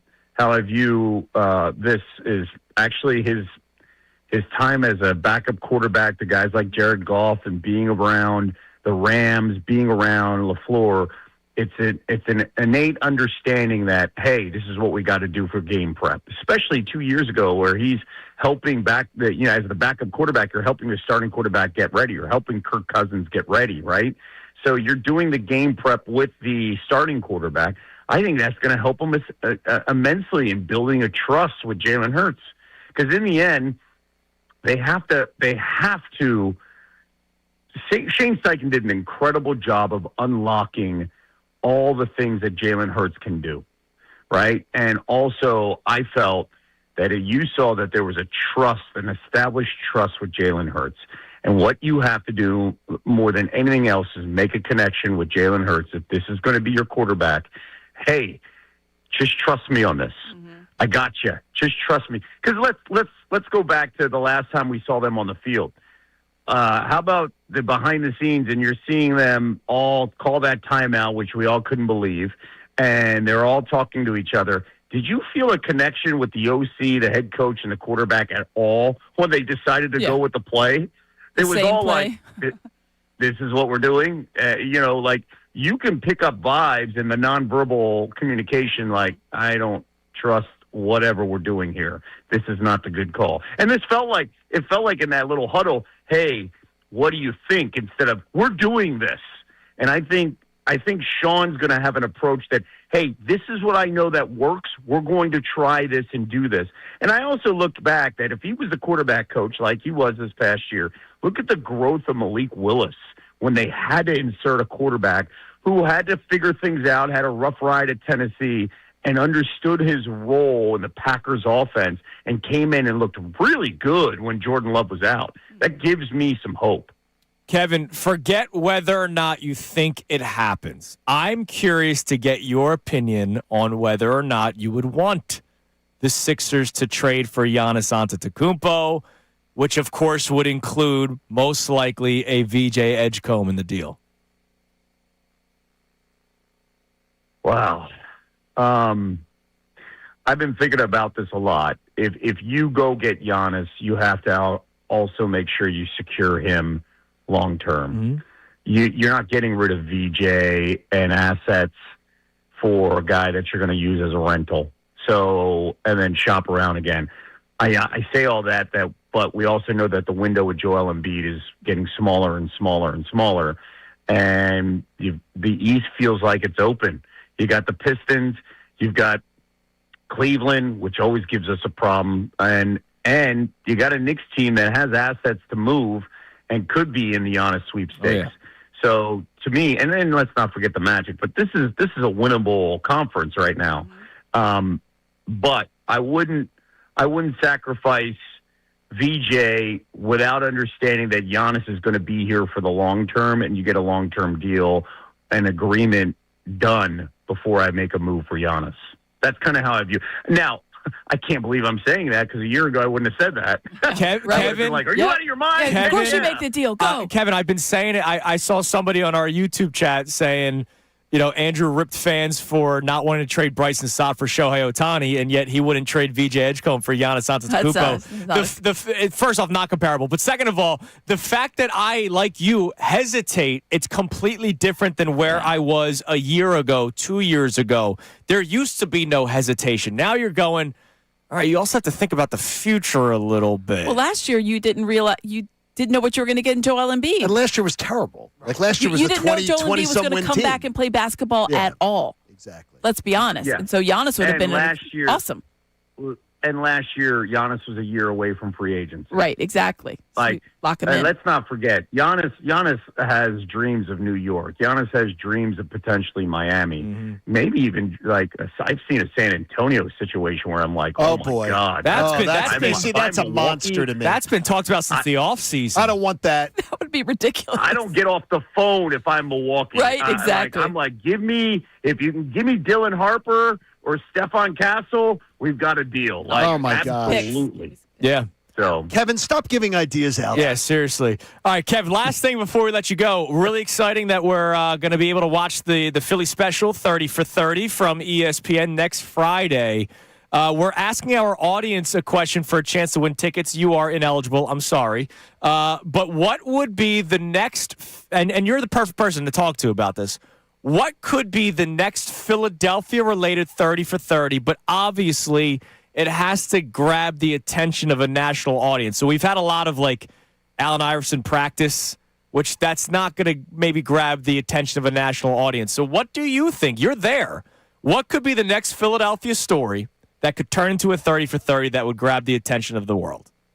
Andrew, to be honest with you, I know you guys live in a Philadelphia bubble sometimes, but I actually think that we're talking about practice would be a perfect one because I don't think the Philadelphia area realizes the impact that Allen Iverson had nationally on so many players culturally. So I actually think a 30 for 30 on practice would be pretty amazing because they would tune in. Now, I think if the Phillies had a run this year and would have won it, it would have been great. Or if they would have won in 2022, I think it would have been perfect just because the way the national audience saw the crowd lose its mind at the bank night in and night out during the playoffs.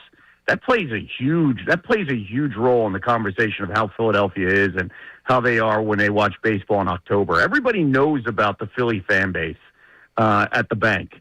So everywhere I go when it's October, I hear, "Good Lord, that scene last night was amazing," and I'm like, "Yeah, it's real. There's nothing fake about it." That's a Tuesday. How about Nagandi? So I wish Yeah. I wish that 2022 run would have happened, because I think that would have been a perfect 30 for 30. But Agreed. that practice one, I think, has legit. You can make a legit case that the national audience would be interested in that. Trust me.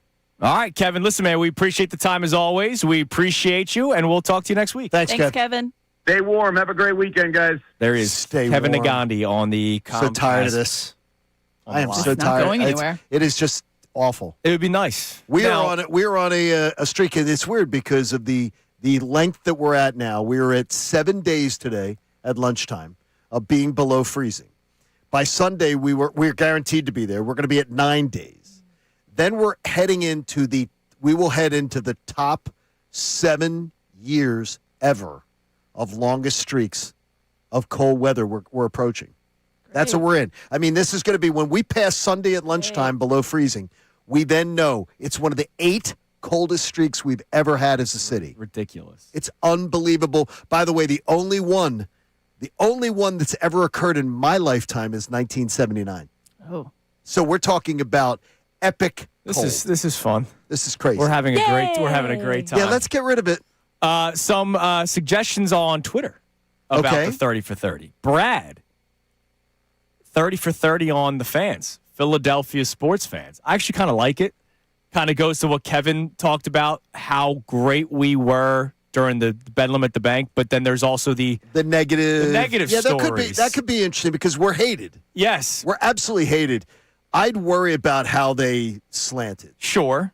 There are people that feel certain ways about Philadelphia. Pratik checks in. I actually love this one. The Rainy Ring.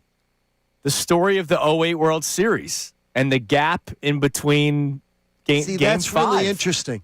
That's a really interesting because it was that was a baseball story. It was a 2-day gap. Would Bud Selig allow Yes. a shortened World Series if the Rays don't tie it? He straight up said he wouldn't. Right. Okay, that's a really That's interesting an interesting one because there were so many different implications you could go with that going forward. Precedent would be set for any future World Series. What did you gambling situations? What do you think about that as a sports fan?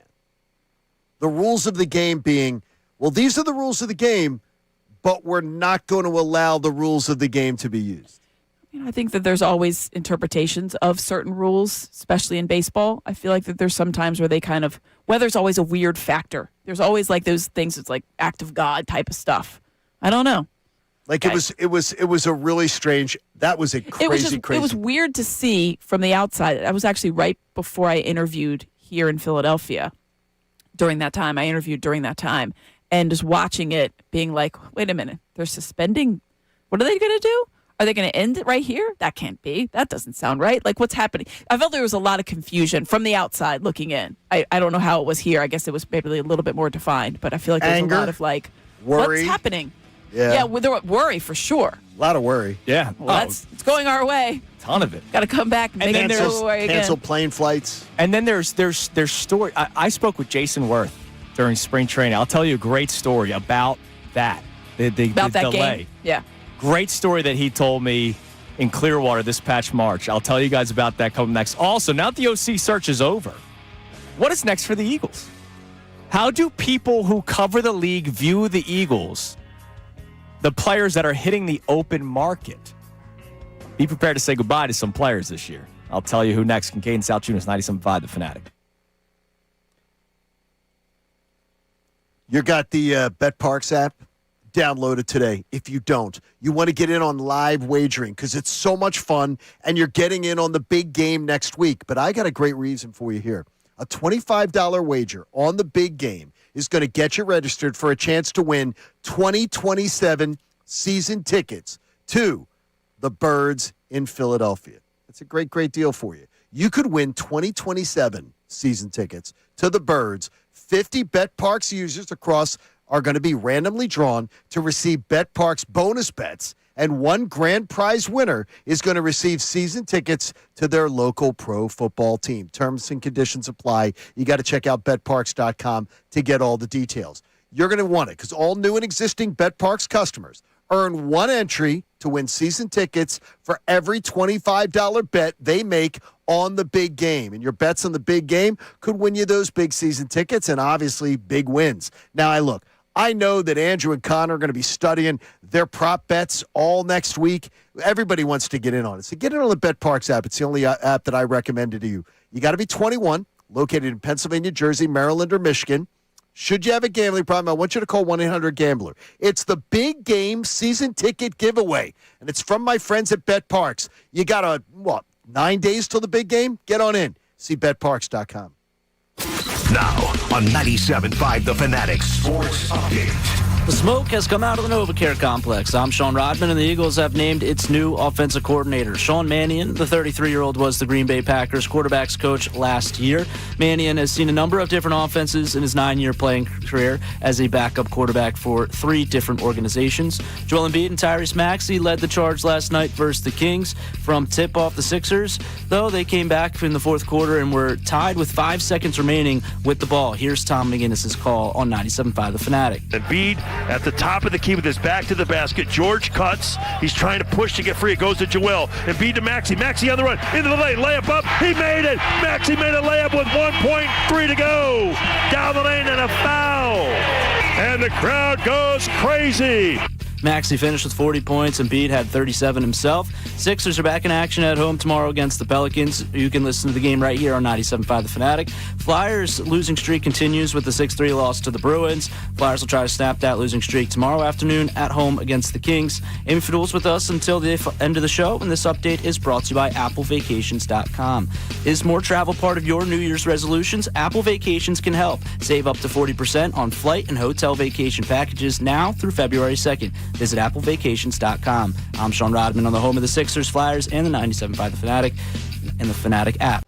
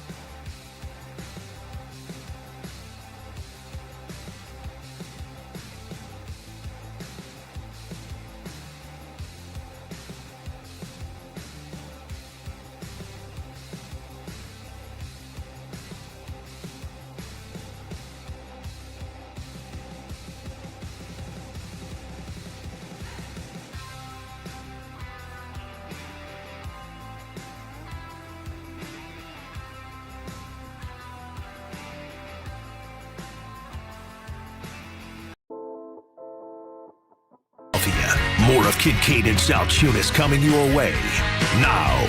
The final hour of Kincade and Salciunas is presented to you by The Bagster. It's a dumpster in a bag. You can get yours today at Home Depot and Lowe's. You need details? Go to Bagster.com. You know, I'm feeling right now that Pratik, even though we're taking answers on the text line as well, Pratik might be in the leader for the second 4-pack of the Flyers Charities Carnival with the Rainy Ring, because he even added the title for the 30 for 30. Yeah, you need a title. Yeah, you see, that is a good.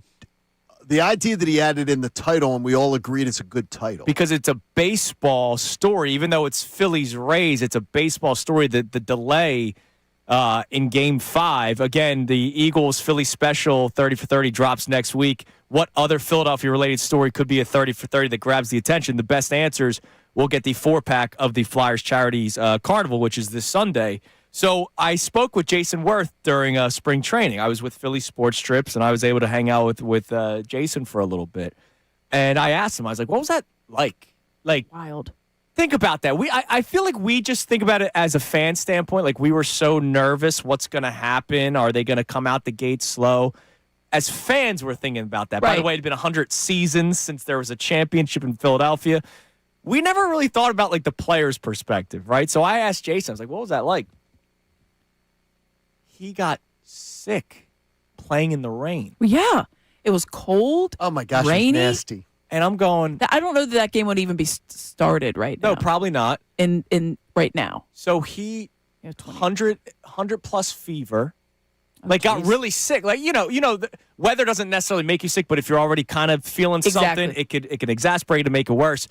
He goes, dude, I was taking Sudafed, like, more than what you were supposed to take in a 2-day span to try to get this out as quickly as possible. Don't do We've that, all by the taken way. That's not a good strategy. We've all not taken do cold that. medicine. Do you feel like going out and trying No. to do anything when you take cold medicine? No. Cold medicine always makes me I feel want to like I just want to put curl a up. blanket on. Yes. It never makes me feel like they always say it's going to make you feel better No, or it go on. won't. It Plus, never doesn't has that isn't effect. Sudafed a drowsy? Doesn't it make you No, it's drowsy? not good for you. That's why you have to go to the counter and show your driver's license. Well, that's not why. Not because No, it's drowsy. Well, I understand. I've Right. watched Breaking Bad. Yeah. There we go. But like I never heard that story. I was like, oh my god, how many other Can you guys? imagine? How many guys got sick? Like, So it's the for all flu we game. know, the Rays could have. Yeah, it was a flu game. You're right. So it was a cool little story. That's great. All That's right, we've awesome. Ask Me Anything coming up in the next segment, so a little over 10 minutes from now, so about 15 minutes. And we have one specific that we've kept from last week that we will get to because it's about a treasure in Philadelphia that I know you can speak very highly of, Yes. Amy, and you will speak very highly of. But I saw an interesting article this morning because, look, let's face it, everything's about the Eagles' offensive coordinator search. And now that it's done, it's what's next. And your friends at NBC Sports Philadelphia, Amy, did a tremendous job about the upcoming free agents and where they rank among other publications. Right. And, whether or not guys are going to return or not.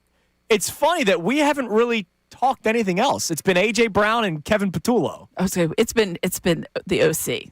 Let's be honest. Yes, that's all it's been. So credit to Dave Zangaro, who was on with Middays with Marks yesterday. It was a good piece. You should check it out.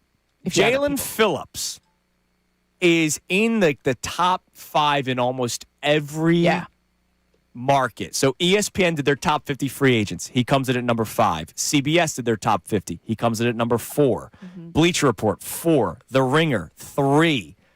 PFF, of course, is the one that doesn't have him in the top 5 because they overanalyze everything. He comes in at number 14 on Pro Football Wrong. Focus. I'll ask you guys right now, do you believe that Jalen Phillips will be back with the Eagles?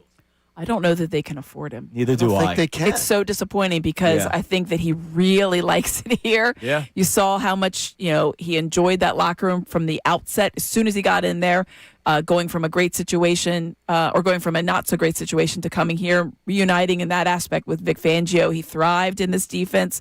I think it was only scratching the surface of what he could do in this particular defense. And unfortunately, it showcased him for everybody else to see. This is going to be controversial, I think, to two of you from the way you're talking. He didn't really make a lot of tangible impact, though. He definitely added to that room. He definitely I thought it was very good. in the biggest games, I didn't see him. He was setting the edge on runs. He was very good. That's how They didn't run that well, and he wasn't getting home. Like, I mean, he was. Well, I don't know that position gets home to the degree. You're correct. Especially that Vic Fangio, it's a lot of interior pressure. So I'm not going to hold him against that, but the run defense did improve. Oh, no question it did. And he did a very good job at that for me. Yeah. I think that's Could fair. he work in like pass better on his pass defense? That's fair. Sure. But I feel like the way that he was able to get here, hit the ground running, and improve a very good unit already, I thought was pretty impressive. Another player those are fair. That was top 50 in a couple of them. Blankenship was 32 on ESPN's, 19 on Bleacher Report. That's crazy to me. What? And then PFF did 250 players, so I'll give you more. Come up in a little bit. He is in there, but he's not in the top 50. I can't. Are you going to be shocked that Blankenship's back? I'll be more shocked if he's back. Yes, I think than if he's gone. I think a lot of smoke about Dallas because of Christian Parker, captain. You bring in somebody that you think can man the defense. Right. I think the overwhelming sentiment is that he is back. I think we've also seen he's gone. That he's gone. We've also seen that, and I'm not trying to dunk on anybody. The 2 years without Chauncey Gardner-Johnson, he was not good. Like I'm not a big Reed Blankenship fan. I think that's too harsh. I think he does benefit from having a guy that's a lot more physical. Yeah. A lot more of that, kind of like bruiser type of vibe. Yeah. Rather than another finesse player. I don't think the Eagles would. I don't think Vic Fangio would describe his performance this year as not good. Right. I think he's. I won't. If you want to say, how about this? Cry the day he leaves. If you want to say that he wasn't an impact safety, I'd agree with you 100%. All right. But he wasn't a liability. But not good. He's not a liability. Sure. Yeah. He's all I know. We've seen liabilities. He's not a guy. Here. He's not a guy that other teams are going. We're targeting him. We're going after him all game long. That's a guy who's not good. Question. Yeah. Knowing this city. Okay. I think I already know the answer. What? So everybody fell in love with the Exciting Whites, and then they had the podcast, The Exciting Mikes. Do they have to draft another white guy? Well, if Reed Blankenship went to like the Bengals, other humans, you could probably do Exciting Mike still. If he goes to Cincinnati. Right. You cannot. If he goes to Dallas. No. It does not work. This city would not like a podcast where it was an Eagle and a Cowboy. No, he can't. I think it would be hard pressed to do it if he was with another team. I got but an AFC team, you could probably. Yeah, he goes to a Cincinnati. No, he can't the do it with Titans. He goes to a Tennessee. I don't think his new team would want him doing it either. Probably not. No. And then the Kobe Dean getting a lot of love. 48th on ESPN, 33 on CBS, 15th on Bleacher Report, thinking very highly of the Eagles. I can tell you a team that I know is going to go after him, the Atlanta Falcons. Okay. I can tell you and they're building the good. I like their defense. The clamoring that is going on right now, all in the vicinity of Athens for all the Georgia, dogs. yeah. For all the dogs that made it, there is a lot of chatter within the. To bring him home. Yes, bring home Nakobe. He'll at least get Matt Ryan will make sure that organization takes a long, hard look at bringing him home. Now, if you're ready, PFF did their top 250, Johnny. I know you're fired up about this one. We're football focus, baby. They just literally started naming people after a while. Nakobe Dean at 11, Jalen Phillips at 14, which is stupid. Dallas Goedert at 45. Interesting that the other teams did not have Goddard in the top 50. Yeah, you know why, though? Because first off, age. Yeah, and I don't think and injuries. I think Dallas Goedert's getting a 2-year contract. Okay. I don't think he's getting 3 years from anybody. I saw a projection that he could go to the Chargers. On what? On a 2-year deal. I don't think he's getting 3. So that's why I think there's a chance he's coming. I think there's a real chance he's coming back. I hope he does. Blankenship 69th on this list. Brandon Graham at 85. Stop it. Brandon Graham should not be on a list. I'm sorry. He's not on a list. He's not going anywhere. Stop it. Because he's not going anywhere. Marcus Epps, 179. What? How about Josh Uche at 184? They're literally just naming people. Yeah, now we got to get to 250. Gotten the best one yet. Oh, God. Azeez Ojulari, okay. 232. All right. Matt Pryor made the list, ladies and gentlemen. Stop. Matt Pryor. Wait a minute. Where's Braden Mann on the list? Because Braden Mann's a free agent. And Braden Mann needs to be back. And this show is this is men's men. Yes, men. On this show. And if you by have the way, he's going to be a dad free now agents too. And you don't have a punter, that's It's just one You of have those to look. things. Do not let. Here's what I'm going to say to Is it. he number 250? What number was he? No, he was like 234. If the Eagles Who's 250? Sorry, John. I'm sorry. I need to find out who's the very last look human it that up. they Mr. put. Go ahead. Irrelevant. If the Eagles do not draft a kicker on day 3, I will lose my mind. That would be malpractice. But they don't draft a kicker this year. It's They have malpractice. They have to. They have to. I don't think that's. De'Ami Brown, 250, Jacksonville Jaguars wide receiver. Actually, I gotta say, I don't mind him. It wasn't bad. I don't mind Come on De'Ami Brown. down. Better than No, I don't mind him. Better than Guess Matt what? Pryor. No, I'll right now. If you told me right now, De'Ami Brown for Jahan Dotson, 100 times out of 100. Or for Matt Pryor. Well, that's a whole nother. Matt Pryor's PFF grade actually pretty good. 75.8. Well, I can't tell you if that's. It's higher than players that are 50 spots higher than him. So Matt Pryor apparently had a good year, according to one of the biggest crocs of you-know-what. He sure sports. did. Ask We all Chris saw Collinsworth. it. Yeah, Chris Collins. He's making a lot of money on He it. sure is. All right. That's brilliant. Coming up next, Friday staple. Moving forward, Ask Me Amy-thing. We have questions for Amy Fadul sent in by you, and one that we saved from last week that we're looking forward to. It is Kincade Salciunas here on 97.5 The Fanatic. The Sixers are opening eyes and starting to make people believers.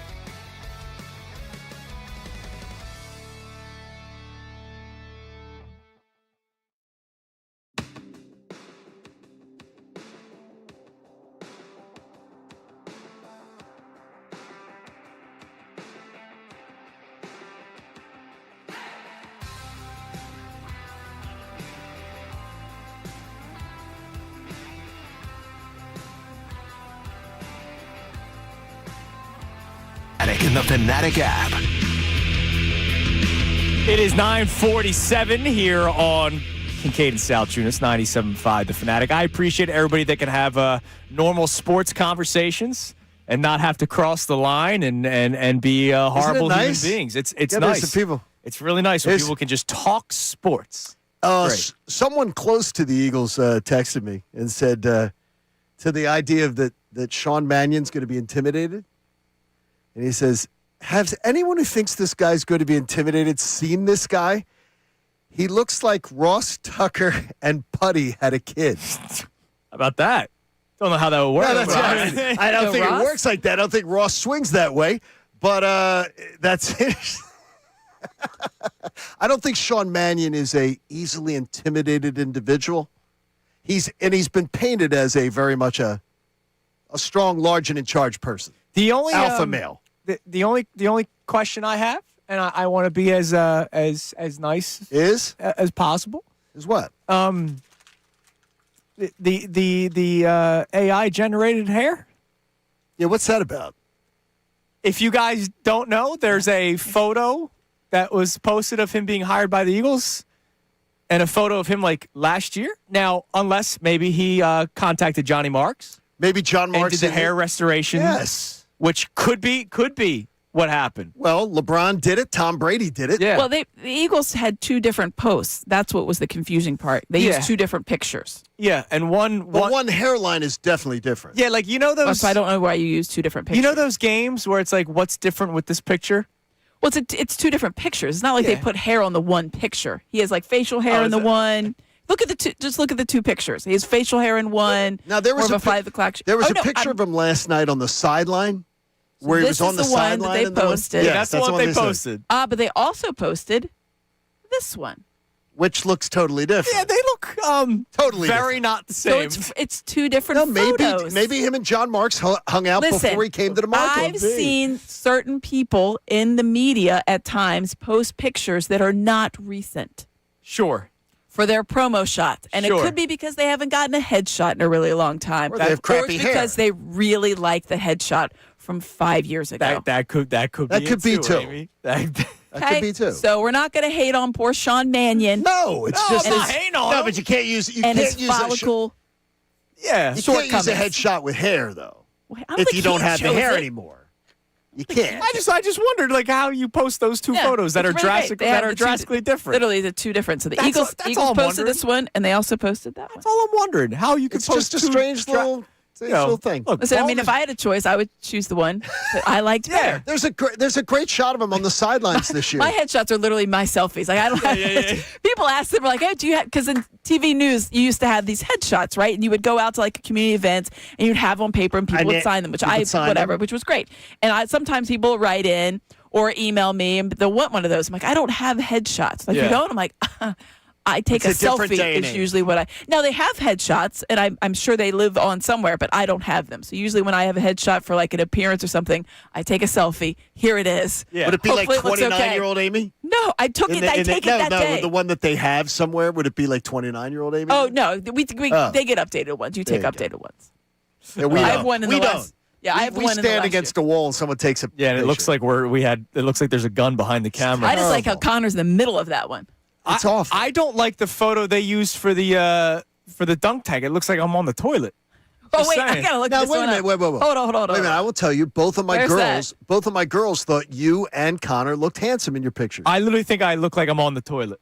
I agree with you, Andrew. Thank you, Sean. Yeah, I saw it and I was like, that's my a bit shoulder, odd. like it looks like I'm struggling. What is happening? Both of my girls thought you both looked handsome in your Is this pictures. on the Fanatics page? I'll DM it to you. Go see on Sunday. I got it. It looks like I'm taking it down. I don't think it looks at all. I think you look handsome. It looks like I'm on the dunk tank or Like, the dump tank. Obviously sitting down for this picture. Yes. That's why when you do headshots, you have Come to see stand Andrew up. at the dunk tank on Sunday. Come see Ricky and I broadcasting in the food court. Come see Sylvana at the dunk tank. And go see Ricky Bowe take one throw to sink Sylvana. He's going to leave the broadcast. He gets one. He gets one. Of course he should. And we're going to do it for social media. We're going to get the video of it. But he gets one shot. Then get two. This is an ex-Major League pitcher, and I have no doubt. Sylvana, you better have a towel. You better be ready because Ricky's going to send you right to the drink. Damn right. All right, Amy, ask me anything. First question. We saved it from last week. Yes. Connor's not in. He's out sick, so I don't know who texted it in, but people were wondering. I get this question quite How's a bit. Jimmy Lynam doing? Yeah, so Jim Lynam has not been on our Sixers pre and post, and when he goes away on vacation, I get messages, maybe not after the first or second game that he's missed, but after the third or fourth. So Jim is fine. He's doing well. He's enjoying the sunshine God bless of him. Southwest Florida right now, Beautiful. which is well-timed in his part. So he's gone for the month of January. He started this last year. He goes down for an extended period of time with all of his family, his many siblings. They all enjoy their time together. He plays a lot of golf. Good. He enjoys the sunshine and just being out in that environment rather than being here. And What so a perfect time. Exactly. He timed it well this year. He was back. He came back up. He'll fly up occasionally, which I think is crazy just because he loves it. He'll fly up and do a game and then he'll go right back down. But he'll be back at the end of the month and then going forward. Yeah, a lot of people were wondering. Yes. Well, no, he's not coming back. He's coming back. February. Yeah. Yeah. All right. What else we got? What have we got on the text line? What have been sent in, Sean? All right. First up, Bob from Vermont. Amy, what is your favorite sports highlight of your career? Of my career, there's some really good ones. I've had some really. I covered the clincher when they beat the Braves for the NLDS, and being in that clubhouse was very fun. Just the champagne and the exuberance and the excitement. That's a fun game to cover. As far as covering it, obviously I've been a part of a lot as far as a fan. A lot of fun ones here in Philadelphia, but that one comes to mind just because a winning clubhouse is always a lot of fun. So many people Temple say to when me, they beat Duke, that was a great game. Oh yeah. So many people say to me when you after the Super Bowl, the first Super Bowl win, all the post game coverage. So many people that say to me, "Oh, when Amy, when your name comes up, talk about you that night watching you." That was a lot of fun. So the way that worked was because you can't go on right away. So we have a crew that was there in Minnesota. Yeah. You couldn't go right on because they were doing the trophies and stuff. But we obviously, for Eagles post game, we come on immediately. Games goes final, we're on.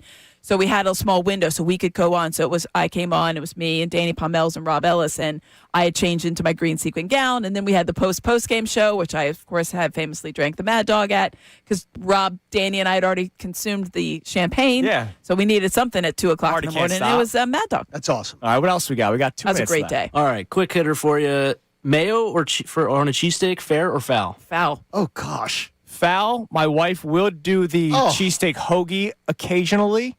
It's different because you have I've lettuce tasted and it. tomato. It's good, but no, it's sacrilegious. foul. Cheesesteak hoagie. Go ahead. What All else? right. Well, this is a little bit more in depth, but how important to you is seeding for the upcoming NBA playoffs? Obviously, you want to avoid the play-in, but we've had seasons with the top 4 seed before, and it hasn't helped much. Yeah, I understand that. I think that anytime you start to jockey for that position, it never goes well. So if you think, I want to make sure I'm the 3 so I can play so-and-so, don't ever do that because you're going to rue the day. But I think there is importance in the seeding. I think for the Sixers, I think trying to get the best out of their matchup and out of their team and rolling the right way is the most important thing. And that obviously then is going to be play into seeding. You want to get as high a seed as possible. I know when we had the one, he didn't do anything, so you're lamenting that it was a waste. But I think the seeding is important. All right. By the way, there are now cheesesteak wars immediately on YouTube. Arthur, a hot cheesesteak with mayo sounds awful. Arthur says it's grotesquely foul. MBD says if you put mayo on a cheesesteak, please let me know so I can block you. But then Correct. Yo Dude says cheesesteak hoagie is my go-to. Oh my gosh. So that's a different vibe, though. A cheesesteak hoagie isn't It's not a cheesesteak. That's a cold sandwich. No, I know it's not. No, it's hot. not even a cheesesteak. No, Chris. Not anymore. My wife gets it hot. Not anymore. Air Now you put 9886 mayonnaise mayo on and pepperoni on a cheesesteak is good. It's like a chicken cheesesteak is not a cheesesteak.